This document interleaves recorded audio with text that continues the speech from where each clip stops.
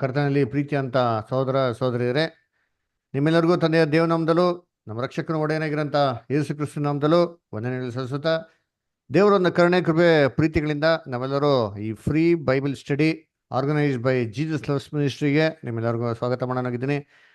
ಕರ್ತನಲ್ಲಿ ಪ್ರೀತಿ ಅಂತ ಸಹೋದರಗಳೇ, ಕಳೆದ ಒಂದು 3 ವಾರಗಳಲ್ಲಿ ನಾವು ಸತ್ಯವೇದರಂತ ಅನೇಕ ಮುಖ್ಯವಾಗಿರೋಂಥ ವಿಚಾರಗಳನ್ನ ನಾವು ಏನು ಮಾಡಿದಿರಿ, ನಾವು ತಿಳಿತಾ ಬರ್ತಾ ಇದ್ದಾರೆ. ಅದನ್ನ ಮೊದಲನೇ ಪಾಠದಲ್ಲೇ ನೋಡಿದಿರೋಂಥ ವಿಚಾರ ಏನಪ್ಪಾ ಅಂತ ನೋಡ್ದ ಅಂತಂದ್ರೆ, how to study the Bible, ಬೈಬಲ್ನ ಹೇಗೆ ಓದೋದು, ಹೇಗೆ ನಾವು ಬೈಬಲ್ನ ಅರ್ಥ ಮಾಡ್ಕೊಳೋದು ಅಂತಂದ್ಬಿಟ್ಟು ಅನೇಕ ವಿಚಾರಗಳನ್ನ ನಾವೇನಪ್ಪ ಮಾಡಿದ್ವಿ ಅಂತಂದ್ರೆ ಸತ್ಯವೇದ ಮುಖಾಂತರ ತಿಳ್ಕೊಂಡ್ರಿ. ಅದಕ್ಕೆ ಈ ಸತ್ಯವೇದನ ಅರ್ಥ ಮಾಡ್ಕೊಳಕ್ಕೆ ಮುಖ್ಯವಾಗಿ 10 ವಿಧಗಳಿದೆ ಅಂತಂದ್ಬಿಟ್ಟು 10 ವಿಧಗಳು ಏನಂತ ನಾವು ತಿಳ್ಕೊಂಡ್ರಿ. ಅದಾದ್ಮೇಲೆ ಕಳೆದ ಒಂದು ವಾರಗಳಲ್ಲಿ ಇನ್ನೊಂದು ಮುಖ್ಯವಾದ ಪಾಠ ಮಾಡಿದ್ರಿ, ಯೇಸು ಕ್ರಿಸ್ತ ಹೆಂಗೆ ಲೋಕರಕ್ಷಕ, ರ್ಯಾನ್ಸಮ್ ಅಂತ 2ನೇ ಪಾಠ ಮಾಡಿದ್ರಿ. ಆಮೇಲೆ ಕಳೆದ ವಾರ ನೋಡಿದಂಥ ಮುಖ್ಯವಾಗಿರೋ ಪಾಠ ಏನಪ್ಪಾ ಅಂದ್ರೆ 3 ಲೋಕಗಳು. ಸತ್ಯವೇದದಲ್ಲಿ ಲೋಕಗಳನ್ನು ಏನು ಅಂತಂದ್ಬಿಟ್ಟು ನಾವೇನ್ ಮಾಡಿದ್ರಿ ನೋಡಿದ್ರಿ. ಸೊ 3 ಲೋಕ ಅಂತ ಪಾಠ ನೋಡಿದ್ರಿ. ಆ 3 ಲೋಕ ಅಂತ ಪಾಠಗಳಲ್ಲಿ ನಾವು ಏನಪ್ಪ ಕಲ್ತಿದ್ರಿ ಅಂತಂದ್ರೆ, ಮೊದಲನೇ ಲೋಕದ ಬಗ್ಗೆ ನಾವು ಓದಿದ್ರಿ ವಿಶೇಷವಾಗಿ. ಆ ಮೊದಲನೇ ಲೋಕದಲ್ಲಿ ಏನಪ್ಪ ಆಯ್ತು ಅದರ, ಸೊ 3 ಲೋಕ ಅಂತ ಹೇಳ್ಬೇಕಾರೆ ಪೂರ್ವದಂತ ಲೋಕ ಅಂತ ಹೇಳ್ತಾರೆ, ಈಗಿರುವಂತ ದುಷ್ಟ ಪ್ರಪಂಚ ಅಂತ ಹೇಳ್ತಾರೆ, ಮುಂದೆ ಬರುವಂತ ಇನ್ನೊಂದು ಯುಗ ಅಂತ ಹೇಳ್ತಾರೆ. ಹಂಗಾರೆ ಮೊದಲನೇ ಯುಗ ಅಂತ ಮೊದಲನೇ ಲೋಕನ ಯಾಕೆ ನಾಶ ಮಾಡಿದ್ರು, ಯಾಕೆ ದೇವರು ಒಂದು 2ನೇ ಯುಗನ ಅಥವಾ 2ನೇ ಲೋಕನ ಮಾಡಿದ್ರು, ಮೊದಲನೇ ಲೋಕದಲ್ಲಿ ಏನಪ್ಪ ಒಂದು ಕೊರತೆಗಳಾಗಿತ್ತು ಅಂತ ನಾವೇನ್ ಮಾಡಿದ್ರಿ ನಾವು ನೋಡಿದ್ರಿ. ಸತಿ ನೋಡ್ಬೇಕಾದ್ರೆ ಮೊದಲನೇ ಲೋಕದಲ್ಲಿ ದೇವರು ಆದಾಮ್ ಪಾಪ ಮಾಡಿದ್ಮೇಲೆ ಅವನು ಇನ್ನೂ ಅಧಿಕವಾಗಿ ಪಾಪಕ್ಕೆ ಬಿಡದ ರೀತಿಯಲ್ಲಿ ಅವನ್ನ ಕಾಪಾಡಲಿ, ಅವನ್ನ ಸಂರಕ್ಷಿಸ್ಲಿ ಅಂತ ಅಂದ್ಬಿಟ್ಟು ದೇವ್ರು ಏನಪ್ಪ ಮಾಡಿದ್ರು ಅಂತಂದ್ರೆ, ಕರ್ತನಲ್ಲಿ ಪ್ರೀತಿ ಅನ್ಸ್ಕೊಳ್ಳೆ ದೇವದೂತರುಗಳಿಗೆ ಮನುಷ್ಯರ ಮೇಲೆ ಏನ್ರಿ ಕಾಪಾಡೋದಕ್ಕೆ ದೇವರು ಭೂಲೋಕದಲ್ಲಿ ಕಳಿಸಿದ್ರು. ಆ ಭೂಲೋಕದಲ್ಲಿ ದೇವದೂತರುಗಳನ್ನ ಕಳಿಸ್ಬೇಕಾದ್ರೆ ಅವ್ರಿಗೆ ಸ್ಪೆಷಲ್ ಆಗಿರೋಂಥ ಒಂದು ವರ ಏನ್ ಮಾಡಿದ್ರು, ಕೊಟ್ಟಿದ್ರು. ಅದರ ಅವ್ರಿಗೆಲ್ಲ ಆತ್ಮಿಕ ಶರೀರ ಇದೆ. ನಮ್ಮ ತರ ಮಾಂಸಿಕ ಶರೀರಗಳೇನಾಗಿಲ್ಲ, ದೇವದೂತರುಗಳಿಗಿಲ್ಲ. ಅವ್ರಿಗಿರೋದು ಆತ್ಮಿಕ ಶರೀರ. ಆ ಆತ್ಮಿಕ ಶರೀರದಲ್ಲಿ ಇರಬೇಕಾದ್ರೆ ಅವರು ಭೂಲೋಕಕ್ಕೆ ಬರಬೇಕಾದ್ರೆ ಮನುಷ್ಯಗಳ ನಡುವೆ ಮನುಷ್ಯಗಳಿಗೆ ಮಧ್ಯದಲ್ಲಿ ಮಾಂಸಿಕ ರೂಪದಲ್ಲಿ ಮಾರ್ಪಾಡಾಗೋದಕ್ಕೆ ಏನ್ ಮಾಡಿದ್ರು, ದೇವರು ಅವ್ರಿಗೆ ಸ್ಪೆಷಲ್ ಗಿಫ್ಟ್ ಅಂತ ಕೊಟ್ಟಿದ್ರು. ಅವರು ಭೂಲೋಕದಲ್ಲಿ ಮಾಂಸಿಕ ಶರೀರದಲ್ಲಿ ಬರ್ಬೇಕಾದ್ರೆ ಭೂಲೋಕದಲ್ಲಿರುವಂಥ ಸುಂದರವಾಗಿರೋ ಸ್ತ್ರೀಗಳನ್ನ ನೋಡಿ ಅವ್ರು ಇಷ್ಟರಾದವ್ರನ್ನ ಏನ್ ಮಾಡಂತಾರೆ, ಅವರು ಮದುವೆ ಮಾಡ್ಕೊಳಕ್ಕೆ ಏನ್ ಮಾಡಿದ್ರು, ಅವರು ಶುರು ಮಾಡಿದ್ರು. ಕರ್ತನಲ್ಲಿ ಪ್ರೀತಿ ಅಂತ ಸೋದರಗಳೇ, ಯಾವಾಗ ಅವ್ರು ಇಷ್ಟವಾದಂಥ ಒಂದು ಸ್ತ್ರೀಗಳನ್ನ ಮದುವೆ ಮಾಡ್ಕೊಳಕ್ಕೆ ಶುರು ಮಾಡಿದ್ರೋ, ಇದು ಆಕ್ಚುಲಿ ನೋಡ್ಬೇಕಾದ್ರೆ ದೇವ್ರ ಚಿತ್ತಕ್ಕೆ ವಿರುದ್ಧವಾಗಿರೋಂಥ ವಿಚಾರ ಆಗಿತ್ತು. ಯಾಕಂದ್ರೆ ದೇವದೂತರುಗಳಿಗೆ ಮದುವೆ ಮಾಡ್ಕೊಳಕ್ಕೆ ದೇವರೇನ್ ಮಾಡಿಲ್ಲ, ಅನುಮತಿ ಕೊಡ್ಲಿಲ್ಲ. ಅದಕ್ಕೆ ವಾಕ್ಯ ಓದ ನೋಡಿರ್ತೀನಿ. ಆದಿಕಾಂಡ 6ನೇ ಅಧ್ಯಾಯ 2ನೇ ವಾಕ್ಯ. ದಯವಿಟ್ಟು ಯಾರು ಹೋದ್ರಿ ಸೋದರ ಸೋದರಿಗಳು, ಆದಿಕಾಂಡ 6ನೇ ಅಧ್ಯಾಯ 2ನೇ ವಾಕ್ಯ.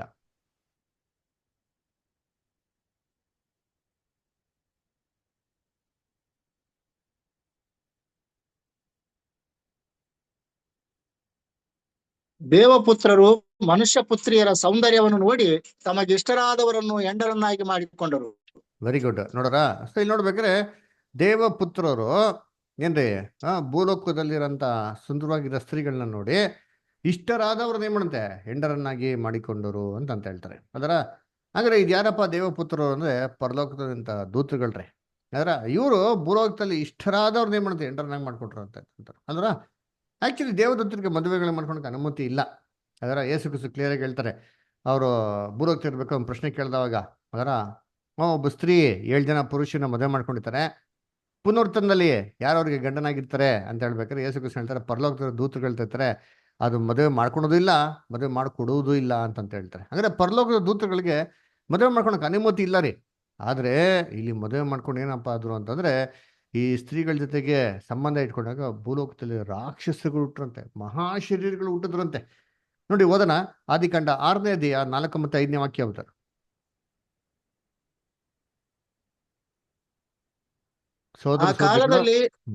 ಆ ಕಾಲದಲ್ಲಿ ಅಂದರೆ ದೇವಪುತ್ರರು ಮನುಷ್ಯ ಪುತ್ರಿಯರನ್ನು ಕೂಡಿ ಅವರಲ್ಲಿ ಮಕ್ಕಳನ್ನು ಪಡೆಯುವ ಕಾಲದಲ್ಲಿ ಮಹಾಶರೀರಿಗಳು ಭೂಮಿಯ ಮೇಲಿದ್ದರು, ಅನಂತರದಲ್ಲಿಯೂ ಇದ್ದರು.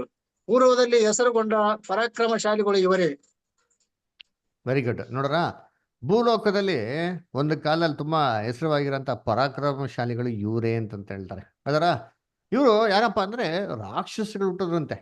ಇವಾಗ ಏನ್ರಿ, ಮನುಷ್ಯ ಮತ್ತೆ ಗಂಡಸು ಮತ್ತೆ ಹೆಂಗಸು ಸೇರಿದವಾಗ ಏನ್ರಿ ರಾಕ್ಷಸಗಳು ಹುಡ್ತಾರ? ಇಲ್ಲ ರೀ. ಸೊ ದೇವದೂತರುಗಳು ಮನುಷ್ಯರ ಜೊತೆ ಸೇರಿದವಾಗೆ ಹುಟ್ಟಿದ್ಯಾರಪ್ಪ ಅಂದ್ರೆ ರಾಕ್ಷಸಗಳು. ಯಾಕಂದ್ರೆ ಅವರಿಂದ ಜೀವಾಂಶ ಯಾರಿಂದಪ್ಪ ಬರ್ತಾ ಇತ್ತು ಅಂತಂದ್ರೆ ತಂದೆಗಳಿಂದ ರೀ. ಅವ್ರ ತಾಯಿಗಳ ಜೊತೆ ಸೇರ್ಕೊಂಡು ಅವಾಗ ಏನಾಗಂದ್ರೆ ಭೂಲೋಕದಲ್ಲಿ ದೊಡ್ಡ ದೊಡ್ಡ ರಾಕ್ಷಸಗಳನ್ರಿ ಹುಟ್ಟೋರು ಅಂತ ಅಂದ್ರ ಇವರಿಂದ ಇವ್ರು ಹುಟ್ಬಿಟ್ಟು ಏನಪ್ಪ ಮಾಡಿದ್ರು ಅಂತಂದ್ರೆ ಭೂಲೋಕನ ದೌರ್ಜನ್ಯದಲ್ಲಿ ತುಂಬಿಟ್ರು, ದಬ್ಬಾಳಿಕೆ ಮಾಡಕ್ಕೆ ಶುರು ಮಾಡಿದ್ರು ಅಲ್ವರ. ಬಟ್ ಹಂಗೆ ಮುಂದಕ್ಕೆ ಓದಿ ಬಿಡ್ತಾರೆ, ಹಂಗೆ ಕಂಟಿನ್ಯೂ ಮಾಡಿ 5ನೇ ವಾಕ್ಯ ಕೂಡ ಓದಿ ಬಿಡ್ತಾರೆ.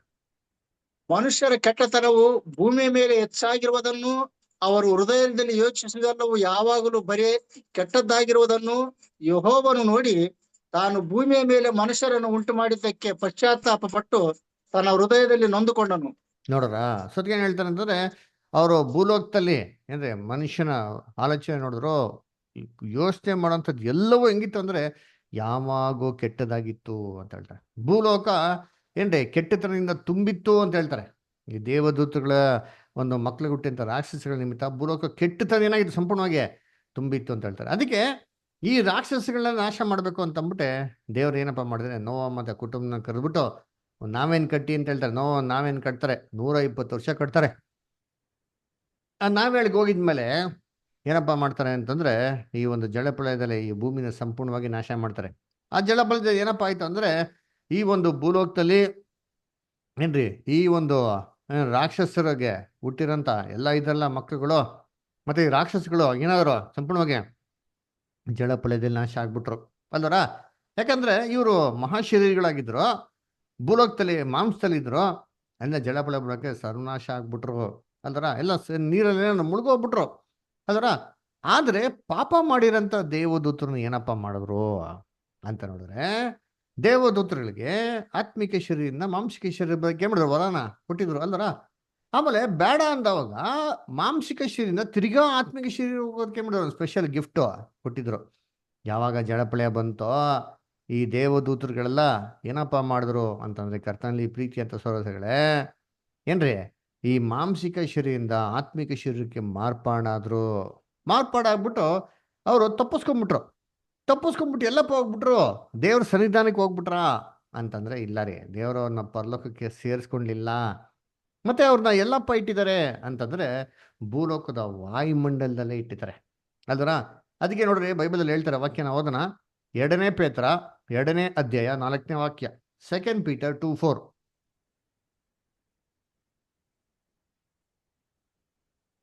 ಯಾರಾದ್ರೂ ಸಹೋದರಿಗಳು ಬೈಬಲ್ ಓದಂಗಿಗೂ ಕೂಡ ಓದ್ಬೋದು. ಹೇಗೆಂದರೆ ದೇವದೂತರು ಪಾಪ ಮಾಡಿದಾಗ ದೇವರು ಅವರನ್ನು ಸುಮ್ಮನೆ ಬಿಡದೆ ನರಕಕ್ಕೆ ದೊಬ್ಬಿ ನ್ಯಾಯ ತೀರ್ಪನ್ನು ಹೊಂದುವುದಕ್ಕೆ ಇಡಲ್ಪಟ್ಟವರಾಗಿರಬೇಕೆಂದು ಕತ್ತಲೆ ಗುಂಡಿಗಳಿಗೆ ಒಪ್ಪಿಸಿದನು. ನೋಡ್ರ ಸೊ ನೋಡ್ಬೇಕಾದ್ರೆ ನ್ಯಾಯ ತೀರ್ಪು ಹೊಂದಬೇಕಾದ್ರೆ ಅದಕ್ಕೆ ದೇವರೇನಪ್ಪ ಮಾಡೋರು ನಂಗೆ ಕತ್ತಲೆ ಗುಂಡಿಗೆ ಒಪ್ಪಿಸಿದ್ರು ಅಂತ ಹೇಳ್ತಾರೆ ಅಲ್ವರ.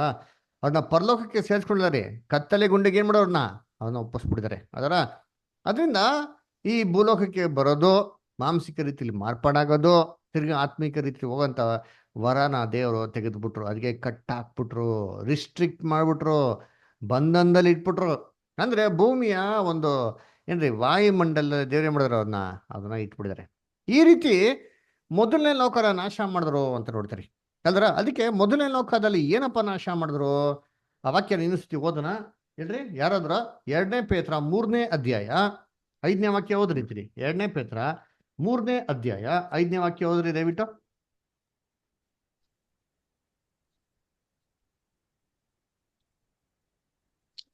ಹೀಗೆ ಮಾತಾಡುವವರು ಒಂದು ಸಂಗತಿಯನ್ನು ತಿಳಿದರೂ ಬೇಕೆಂದು ಮರೆತು ಬಿಡುತ್ತಾರೆ.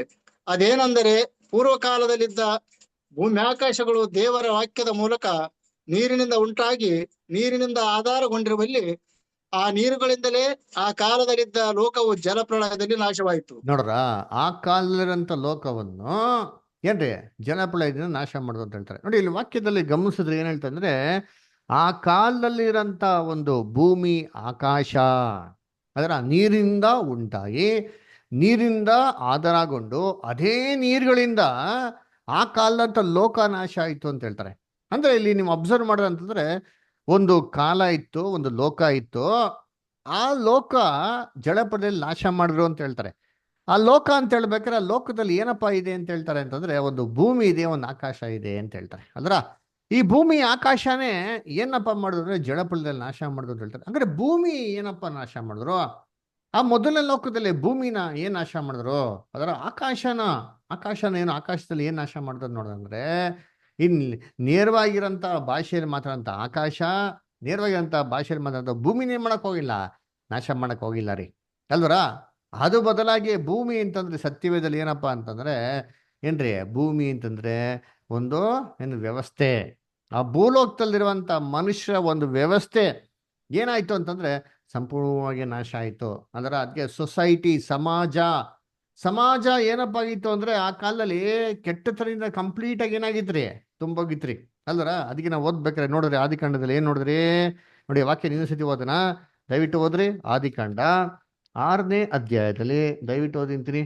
ದ ಆದಿಕಾಂಡ 6ನೇ ಅಧ್ಯಾಯ 5ನೇ ವಾಕ್ಯ ಬದರ್ ಓದ್ರಿ ಇನ್ನೊಂದ್ಸತಿ ನೋಡೋಣ. ಹಾ,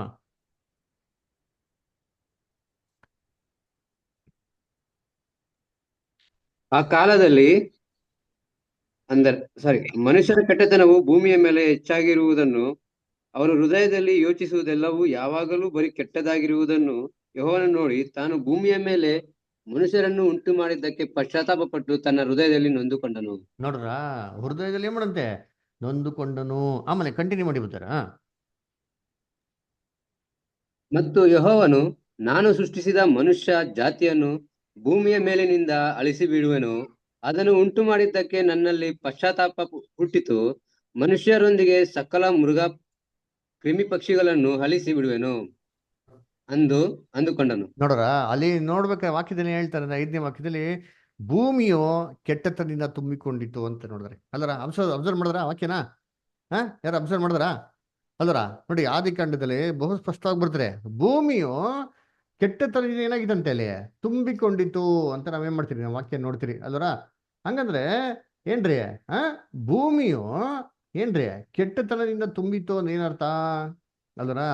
ಏನ್ರಿ, ಭೂಮಿ ಅಂತಂದ್ರೆ ನಿಜವಾಗಿರಂತ ಏನು ಗ್ರಹ ಅಲ್ಲ ರೀ. ಗ್ರಹ ಬಂದ್ಬಿಟ್ಟು ಏನ್ರಿ ಕೆಟ್ಟತನದಿಂದ ತುಂಬಿಕೊಂಡಿತ್ತು ಅಂತೇನ್ರಿ ಅಲ್ಲ ಅಲ್ವರ. ಅದು ನೋಡ್ಬೇಕಾರೆ ಕೆಟ್ಟತನ ಇಂದ ಭೂಮಿ ತುಂಬಿತ್ತು ಅಂದ್ರೆ ಸಮಾಜ ಅದರ, ಅಲ್ಲಿ ಭೂಲೋಕತರ ಮನುಷ್ಯರ ವ್ಯವಸ್ಥೆಯಲ್ಲಿ ಬರೀ ಕೆಟ್ಟತನ ಏನಾಗಿದೆ ಸಮಾಜದಲ್ಲಿ ತುಂಬಿಕೊಂಡಿತ್ತು. ಯಾರಿಂದ ತುಂಬಿಕೊಂಡಿತ್ತಪ್ಪ ಅಂತ ನೋಡಿದ್ರೆ ಈ ಭೂಲೋಕದಂತ ರಾಕ್ಷಸಗಳ ನಿಮಿತ್ತವಾಗಿ ಭೂಲೋಕದಲ್ಲಿ ಅಂತ ಬರೀ ಕೆಟ್ಟತನದಿಂದ ತುಂಬಿತ್ತು. ಸರಿ, ಇದೇ ಭೂಮಿ ಅಂದ್ರೆ ಅರ್ಥ. ಆಕಾಶ ಅಂದ್ರೆ ಏನಪ್ಪ, ಆಕಾಶದಲ್ಲಿ ಯಾರಪ್ಪ ಇದ್ರು ಅಂತ ನೋಡ್ತೀನಿ ಅಂತಂದ್ರೆ ಕರ್ತನಲ್ಲಿ ಪ್ರೀತಿ ಅಂತ ಏನ್ರಿ ಸಹೋದರ ಸಹೋದರಿಯರೇ, ಏನ್ರಿ ಈ ಒಂದು ಏನ್ರ ದೇವದೂತರು, ಬಿದ್ದೋಗಿರೋ ದೇವದೂತಗಳ ವ್ಯವಸ್ಥೆ. ಇನ್ನೊಂದು ವಾಕ್ಯ ಓದ ನೋಡಿದ್ದೀನಿ, ಆದಿಕಾಂಡದಲ್ಲಿ 6ನೇ ಅಧ್ಯಾಯ ಏನ್ರಿ 11ನೇ ವಾಕ್ಯ ಓದಿಂತೀರಿ. ಹಾ,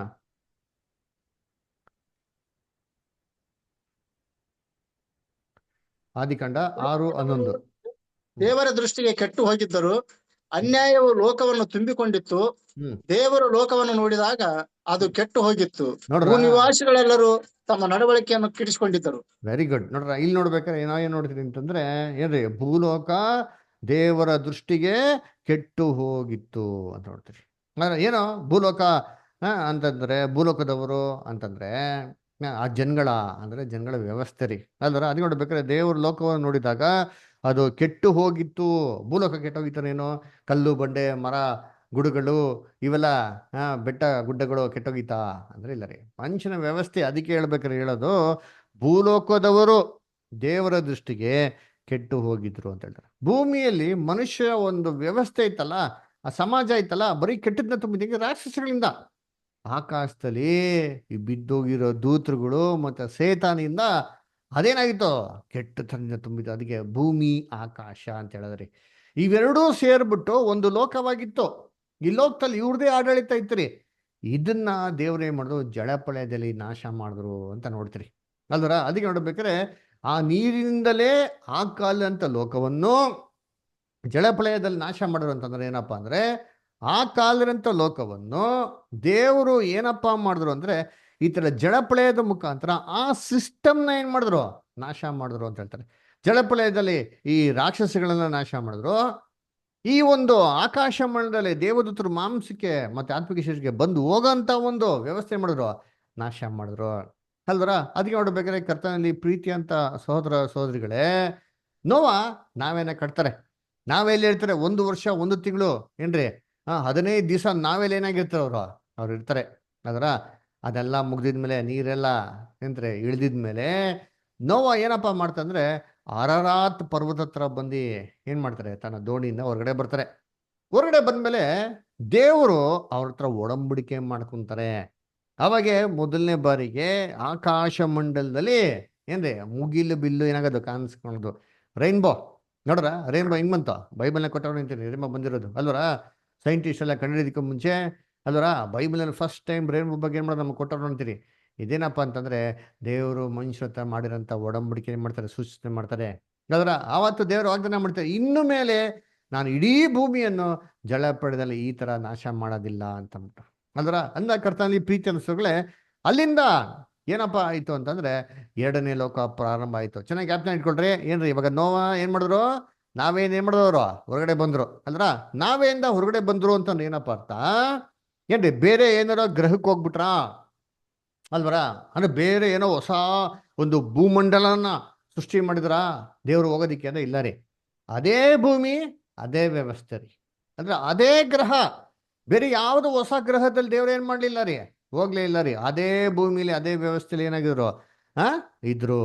ಆದ್ರೆ ಹೊಸ ಸೆಟಪ್ ಅಂದ್ರ same earth, same planet, same globe, are a new different types of setup. New ಒಂದು ಅರ್ತ್ ಇತ್ತು, ನ್ಯೂ ಒಂದು ಹೆವೆನ್ ಇತ್ತು. ಅದರ ಹೊಸ ಒಂದು ಭೂಮಿ, ಹೊಸ ಒಂದು ಆಕಾಶ ಇತ್ತು ಅಂತೀರಿ. ಅದರ ಅದಕ್ಕೆ ಈ ರೀತಿ ಎರಡನೇ ಲೋಕ ಪ್ರಾರಂಭ ಆಗ್ತಾರೆ. ಎರಡನೇ ಲೋಕದಲ್ಲಿ ನೋವ ಏನಪ್ಪಾ ಮಾಡ್ತಾರೆ ಅಂತಂದ್ರೆ, ಮೊದಲನೇ ಲೋಕದಲ್ಲಿ ಏನ್ ಕೆಲಸ ಮಾಡ್ತಾ ಇದ್ನೋ ಅದೇ ಕೆಲಸನ ಏನ್ ಮಾಡ್ತಾರೆ ನೋವ ಎರಡನೇ ಲೋಕದಲ್ಲಿ ಕಂಟಿನ್ಯೂ ಮಾಡ್ತಾರೆ. ನೋಡಿ ಓದೋಣ, ಆದಿಕಾಂಡ 9ನೇ ಅಧ್ಯಾಯ 20 ಮತ್ತು 21. ದಯವಿಟ್ಟು ಯಾರಾದ್ರೂ ಓದಿ ನೋವ ಏನ್ ಕೆಲಸ ಮಾಡ್ತಾ ಇದ್ರು ಅಂತ ಓದೋಣ. ಓದಿ. ನೋಹನು ವ್ಯವಸಾಯಗಾರನಾಗಿದ್ದನು. ಅವನೇ ದ್ರಾಕ್ಷ ತೋಟವನ್ನು ಪ್ರಾರಂಭಿಸಿದನು. ಅವನು ದ್ರಾಕ್ಷ ರಸವನ್ನು ಕುಡಿಯಲು ಅಮಲೇರಿದರಿಂದ ಗುಡಾರದಲ್ಲಿ ಬೆತ್ತಲೆಯಾಗಿ ಬಿದ್ದಿದನು. Very good star. ನೋಡ್ರ ಏನ್ ಹೇಳ್ತಾರೆ, ನೋವನು ವ್ಯವಸಾಯಗಾರನಾಗಿದ್ದನು ಅಂತ ಹೇಳ್ತಾರೆ. ಅವನೇ ದ್ರಾಕ್ಷ ತೋಟವನ್ನು ಪ್ರಾರಂಭಿಸಿದನು ಅಂತ ಹೇಳ್ತಾರೆ. ಅಂದ್ರೆ ಏನರ್ಥ ಹೇಳ್ರಿ, ವ್ಯವಸಾಯಗಾರನಾಗಿದ್ದನು ಅಂದ್ರೆ ಅರ್ಥ ಏನೋ, ಅವ್ನು ವ್ಯವಸಾಯ ಮಾಡ್ತಾ ಇದ್ದ. ಮೊದಲನೇ ಲೋಕದಲ್ಲಿ ಕೂಡ ಅದೇ ತರ ಮಾಡ್ತಾ ಇದ್ದ. ಇವಾಗ ಅದೇ ಕೆಲಸನ ಎರಡನೇ ಲೋಕದಲ್ಲಿ ಏನ್ ಮಾಡ್ತಾನೆ, ಕಂಟಿನ್ಯೂ ಮಾಡ್ತಾವನೆ ಅಂತ ಹೇಳ್ತಾರೆ. ಅದಕ್ಕೆ ಅವನು ವ್ಯವಸಾಯಗಾರನಾಗಿದ್ದನು ಅಂತ ಹೇಳ್ತಾರೆ. ಏನು ವ್ಯವಸಾಯ ಮಾಡ್ದಪ್ಪ, ಏನು ತರಕಾರಿ ಬೆಳೆಸ್ತಾ, ಏನು ಹಣ್ಣಿನ ಗಿಡ ಬೆಳೆಸ್ತಾ ಅಂದ್ರೆ ದ್ರಾಕ್ಷಾ ತೋಟನ ಬೆಳೆಸ್ತಾ ಅಂತ ಹೇಳ್ತಾರೆ. ಅಲ್ರ ದ್ರಾಕ್ಷಾ ತೋಟನ ಬೆಳೆಸಿ ಅವನು ಏನಪ್ಪ ಮಾಡ್ದ ಅಂತ ಹೇಳ್ತೀರಿ ವಾಕ್ಯದಲ್ಲಿ, ದ್ರಾಕ್ಷರಸವನ್ನು ಕುಡಿದು ಅಮಲೇರ್ಬಿಟ್ಟಂತರಿ. ಯಾವ ತರ ಅಮಲೇರ್ಬಿಟ್ಟ ಅಂತಂದ್ರೆ ಗುಡಾರದಲ್ಲಿ ಬೆತ್ತಲೆ ಆಗ ನಿಮ್ ಮಾಡತ್ತ ಅವ್ನು ಬಿದ್ದಿದ್ನಂತರಿ. ಕರ್ತನಲ್ಲಿ ಪ್ರೀತಿ ಅಂತ ಸಹೋದರಗಳೇ ನೋಡಿರ್ತೀನಿ, ದ್ರಾಕ್ಷಾ ತೋಟದಲ್ಲಿ ಅವನು ದ್ರಾಕ್ಷರಸ ಕುಡ್ದ ಅಂತ ಹೇಳ್ತಾರೆ. ಇವಾಗ ನಾವೇನೋ ತೋಟ ಗೀಟ ಮಾಡಿದ್ರೆ ಅದು ಬರೋಂಥ ಫಲಗಳನ್ನ ನಾವು ಅನುಭವಿಸ್ತಿರೋ ಇಲ್ವಾ, ನಾವು ನಮ್ಗಾಗಿ ನಾವು ಉಪಯೋಗಿಸ್ಕೊಂತಾರೋ ಇಲ್ವಾ, ಅದೇ ತರ ನೋವು ಏನು ಮಾಡೋದು, ದ್ರಾಕ್ಷರಸನ ಕೂಡಿಕ್ಬಿಟ್ಟು ಕುಡ್ದವನೇ. ಕುಡ್ದಿದ್ದ ತಕ್ಷಣ ಅಮಲ್ ಏರ್ಬಿಟ್ಟಿದೆ. ಯಾವ ತರ ಅಮಲ್ ಏರ್ಬಿಟ್ಟಿದೆ ಅಂತಂದ್ರೆ ಗುಡಾರದಲ್ಲಿ ಬೆತ್ತಲೆಯಾಗಿ ಬಿದ್ದಿದೆ ಅಂತ ಹೇಳ್ರಿ. ಅವ್ನಿಗೆ ಪ್ರಜ್ಞೆ ಇಲ್ಲ ರೀ. ಅಂದ್ರ ಅದಕ್ಕೆ ಎಷ್ಟೋ ಜನ ಏನ್ ಮಾಡ್ತಾರೆ, ಇದನ್ನೇ ಎಕ್ಸ್ಕ್ಯೂಸ್ ತಗೊಂಡು ಏನ್ ಮಾಡೋದು, ನಾವು ಕುಡಿಬೋದು ಅಂತ ಹೇಳ್ತಾರೆ. ಯಾಕೆ, ನೋವು ಕುಡ್ದಲ್ಲ, ನೀತಿವಂತನಾಗಿರೋ ನೋವು ಕುಡ್ದವನೇ ಅಂತಂದ್ರೆ ನಾವು ಕುಡಿಬೋದು ಅಲ್ದರ. ಅದಕ್ಕೆ ನೋಡ್ಬೇಕಾದ್ರೆ ಇವತ್ತು ಎಷ್ಟೋ ಜನ ವೈನ್ ಸ್ಟೋರ್ಗಳು, Emmanuel wine store, King of Kings wine store ಅಂತ ಏನ್ ಮಾಡ್ತಾರೆ ಅಲ್ಲಿ, ಈ ತರ ಎಲ್ಲ ಎಕ್ಸ್ಕ್ಯೂಸ್ ಕೊಡ್ತಾರೆ. ನೋವನ್ನ ಕುಡ್ದಿರ್ಬೇಕಾದ್ರೆ ನಾವೇನ್ ಕುಡಿಯೋದು ಏನ್ ತಪ್ಪು?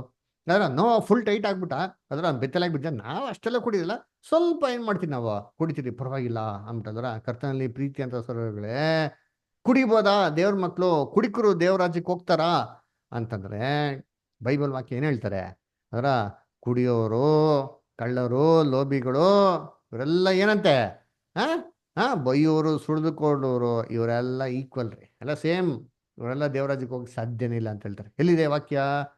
1 ಕೊರಿಂಥ 6ನೇ ಅಧ್ಯಾಯ 10ನೇ ವಾಕ್ಯ ಓದ್ರಿ ಅಂತೀರಿ. 1 ಕೊರಿಂಥ 6ನೇ ಅಧ್ಯಾಯ 10ನೇ ವಾಕ್ಯ.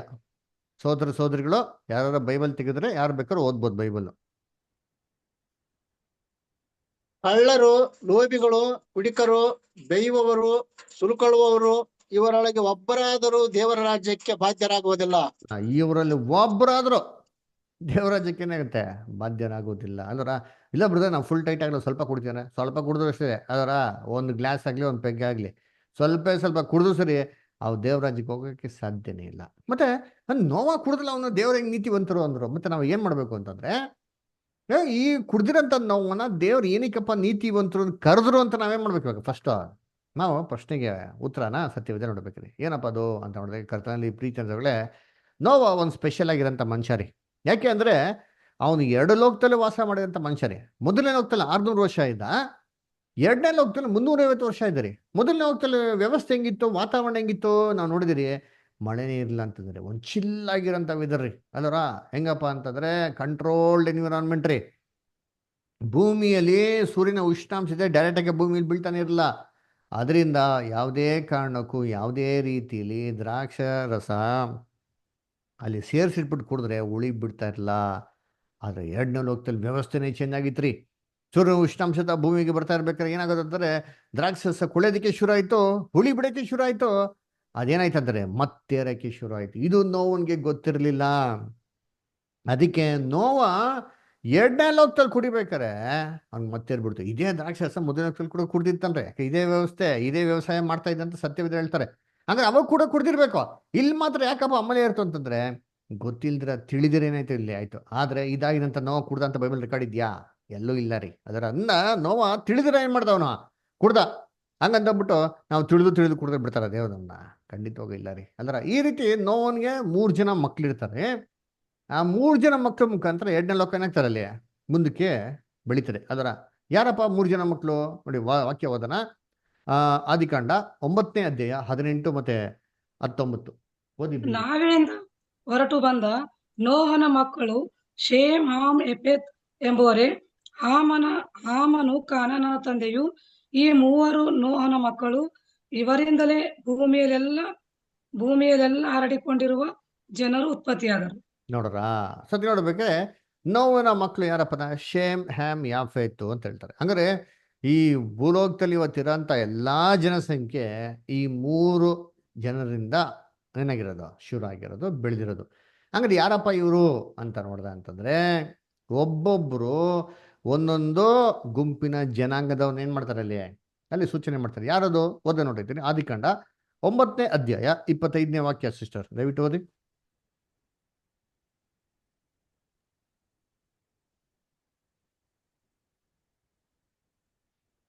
ಓದಿ ಮಾರ್ಕ್. ಯಾಫೆತನನ್ನು ದೇವರು ವಿಸ್ತರಿಸಲಿ, ಅವನು ಶೇಮನ ಗುಡಾರಗಳಲ್ಲಿ ವಾಸವಾಗಿರಲಿ. ನೋಡ್ರ ಇಲ್ಲಿ ಹೇಳ್ತಾರೆ ಯಾಫೆತಿನ ಬಗ್ಗೆ ಹೇಳ್ತಾರೆ ಅಲ್ವ. ಅದಕ್ಕಿಂತ ಮುಂಚೆ ಸಿಸ್ಟರ್ 25ನೇ ವಾಕ್ಯ ಓದೋಣ ಮೊದಲು.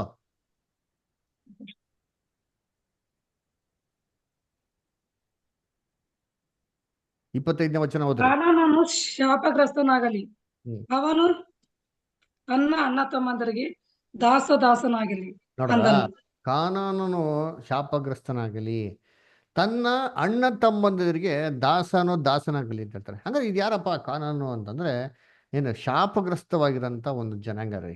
ಅಂದ್ರ ಕಾನಾನು ಅಂದ್ರ ಇಸ್ರೇಲ್ ಜನಗಳು ಎಲ್ಲಿಗೋದ್ರು? ಕಾನಾನ್ ದೇಶಕ್ಕೆ ಹೋದ್ರು. ಆ ಕಾನಾನ್ ದೇಶದಲ್ಲಿ ಯಾರಪ್ಪ ಇದ್ರು ಅಂತಂದ್ರೆ ನೋಡ್ಬೇಕ್ರಿ ಏನ್ರಿ, ಎಲ್ಲ ಪಾಪಿಗಳಿದ್ದು, ದ್ರೋಹಿಗಳಿದ್ದು. ಅದಕ್ಕೆ ಶಾಪಗ್ರಸ್ತವಾಗಿರೋಂಥ ಜನಸಂಖ್ಯೆ ಯಾವ್ದಪ್ಪ ಅಂತಂದ್ರೆ ಕಾನಾನಿನ ಜನಸಂಖ್ಯೆ.